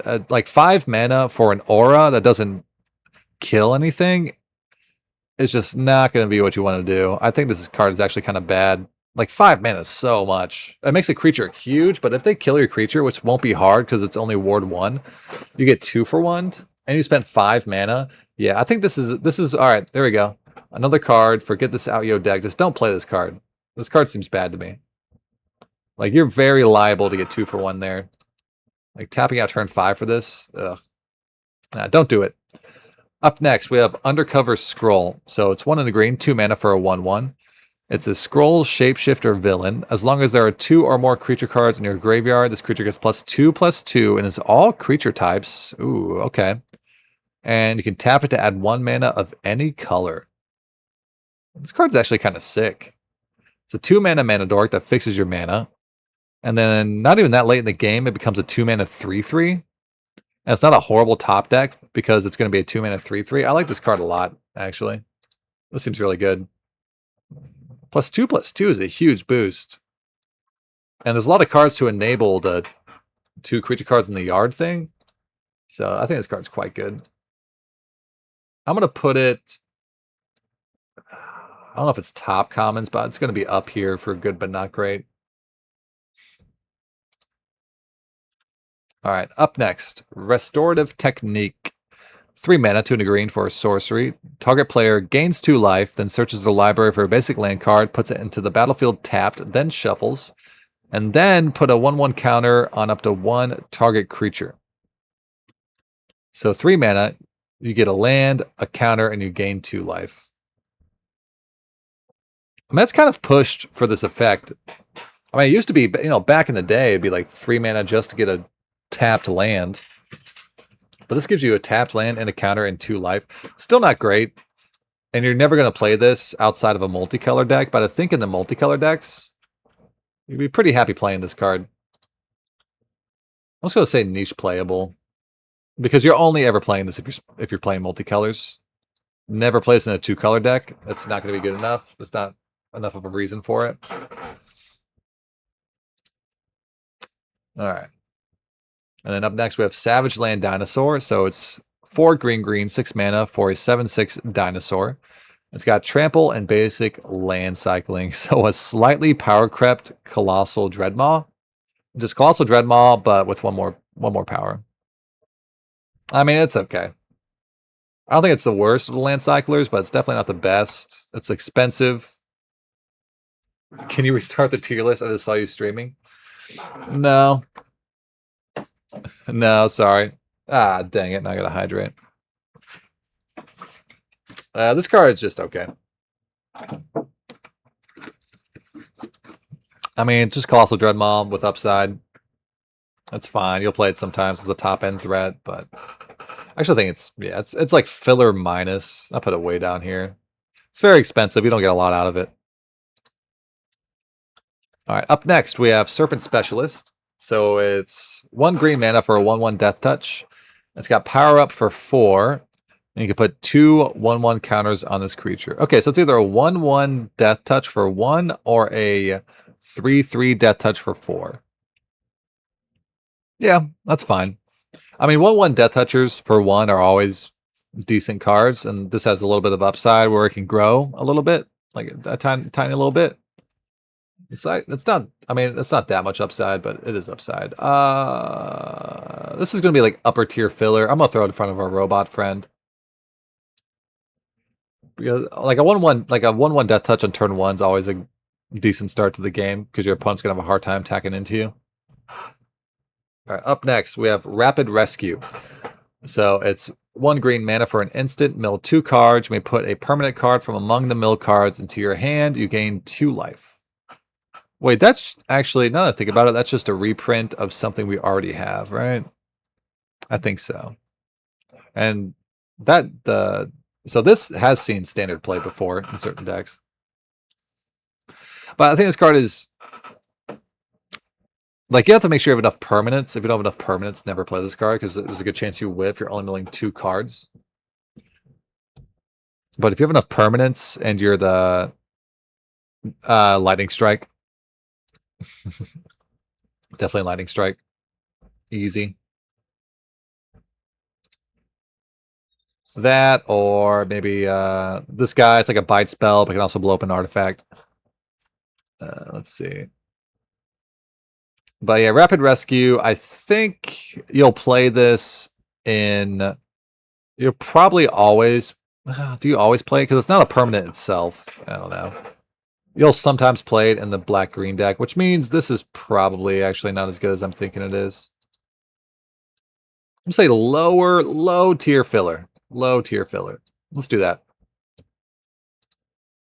Yeah, only milling 2 is not a lot, and only getting permanents is pretty restrictive. So, like, there's a chance you mill 2 instants and sorceries and you don't get anything back. Up next, Powerful Broker. So it's 3 mana, 2 and a green for a 3/3 human villain. As an ability, tap for each kind of counter, target permanent or player Give that permanent or player another counter of that kind. Activate only as a sorcery. Womp womp. This being sorcery speed does kind of nerf this quite a bit. Because, god damn it, Travis. You leave me and then you make me hydrate? How dare you? The gall. But I mean, baseline 3 mana 3/3 is, you know, like D plus level card. It can put like I think the only counter you're going to be putting on anything is +1/+1 counters. God damn it. Made a burger. Oh, must be nice.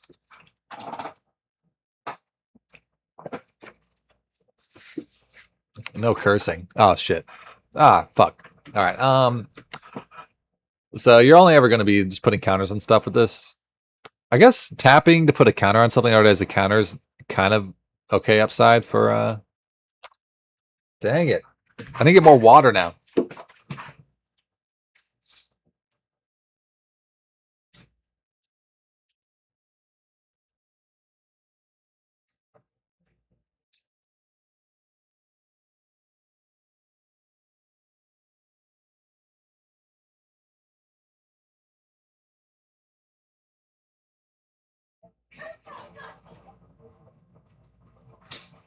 Okay. Oh, hi, kitties. Is there a bug? There is a bug. Out of here, bug. Know where I went. Where was I? You guys distracted me and shit. Okay. Is that another hydrate? Son of a... Wait. No, that's not a new hydrate. Okay. So this is okay. Just filler. I can see it being kind of good in the +1/+1 counter deck. I swear to God. I swear to God. We'll go filler. Yeah, I mean it's a 3 mana 3/3. It can't be like horrible. Let's go mid filler. Kind of nice in the Simic +1/+1 counter deck. You guys, you son of a... Travis abandoned me midstream, and now you and him are conspiring against me, making me drink water. What is this? Travis is eating his freaking burger, feeling like a god, making me drink water. Son of a bitch.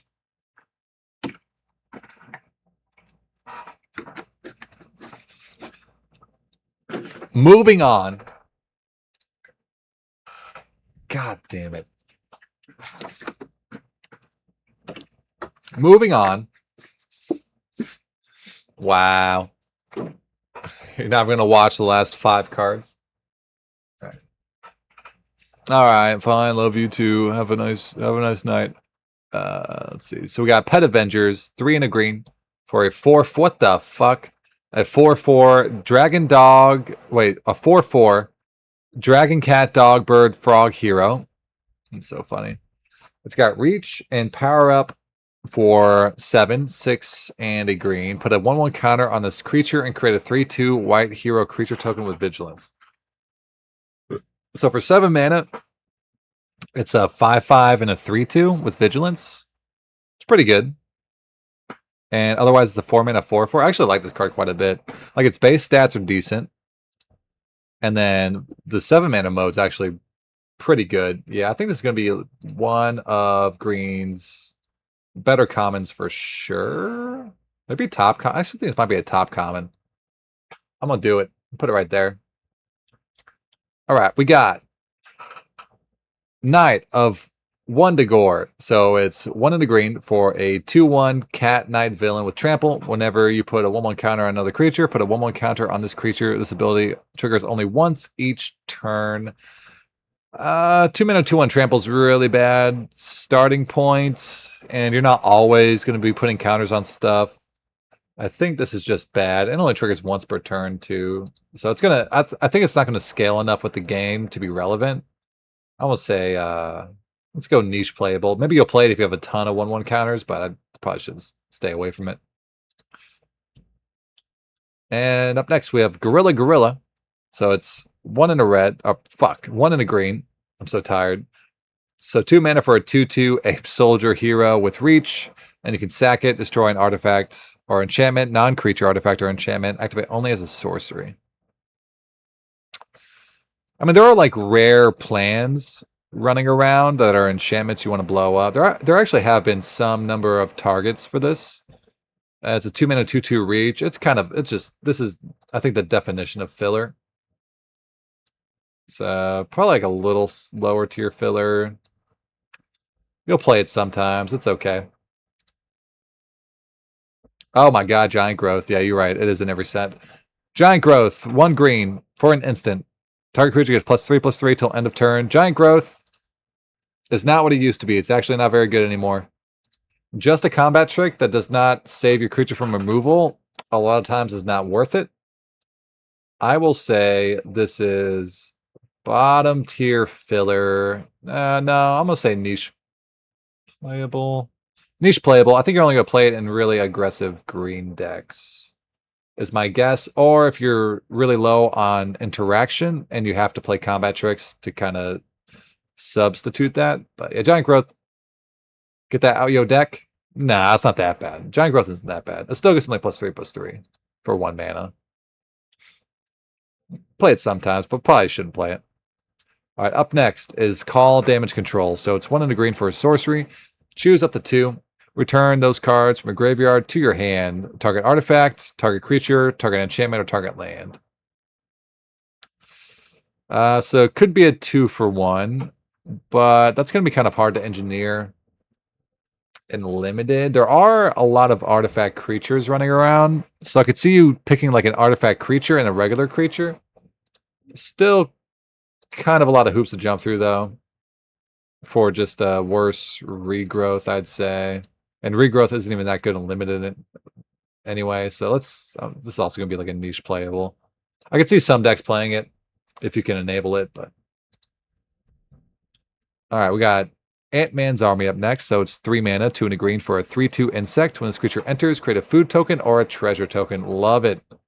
Love it. Yeah, the 3 mana, whatever, stat line creatures that come in and make a treasure are usually pretty good, and this has the option of also making a food. So, I'm going to guess it's one of green's better commons. Just cards with the ETB are generally pretty good. I'm going to say good, but not great, like mid-tier. Oh, sick. That's the last one. We did it. Hey, wow, look at that, guys. We're done with the common limited tier list. So best green common. I'm just going to say it's the fight spell that can buff a creature. Celebrate with a hydrate. All right, that's fine.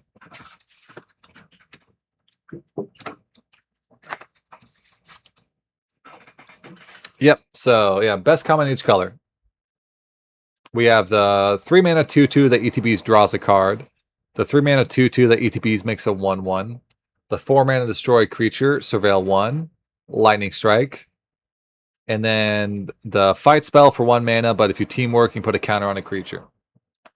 I'm going to say those are the best commons. These are the top on commons. I guess just for sake of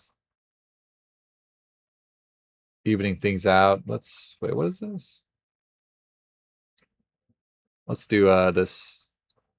So these top commons, these best common in each color. This is I think the 3 mana removal spell.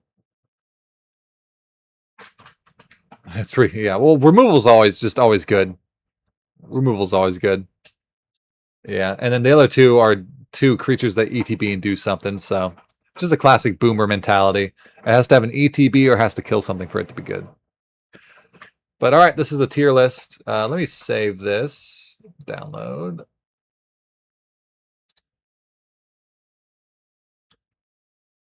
Oh, whoops. Download. Cool.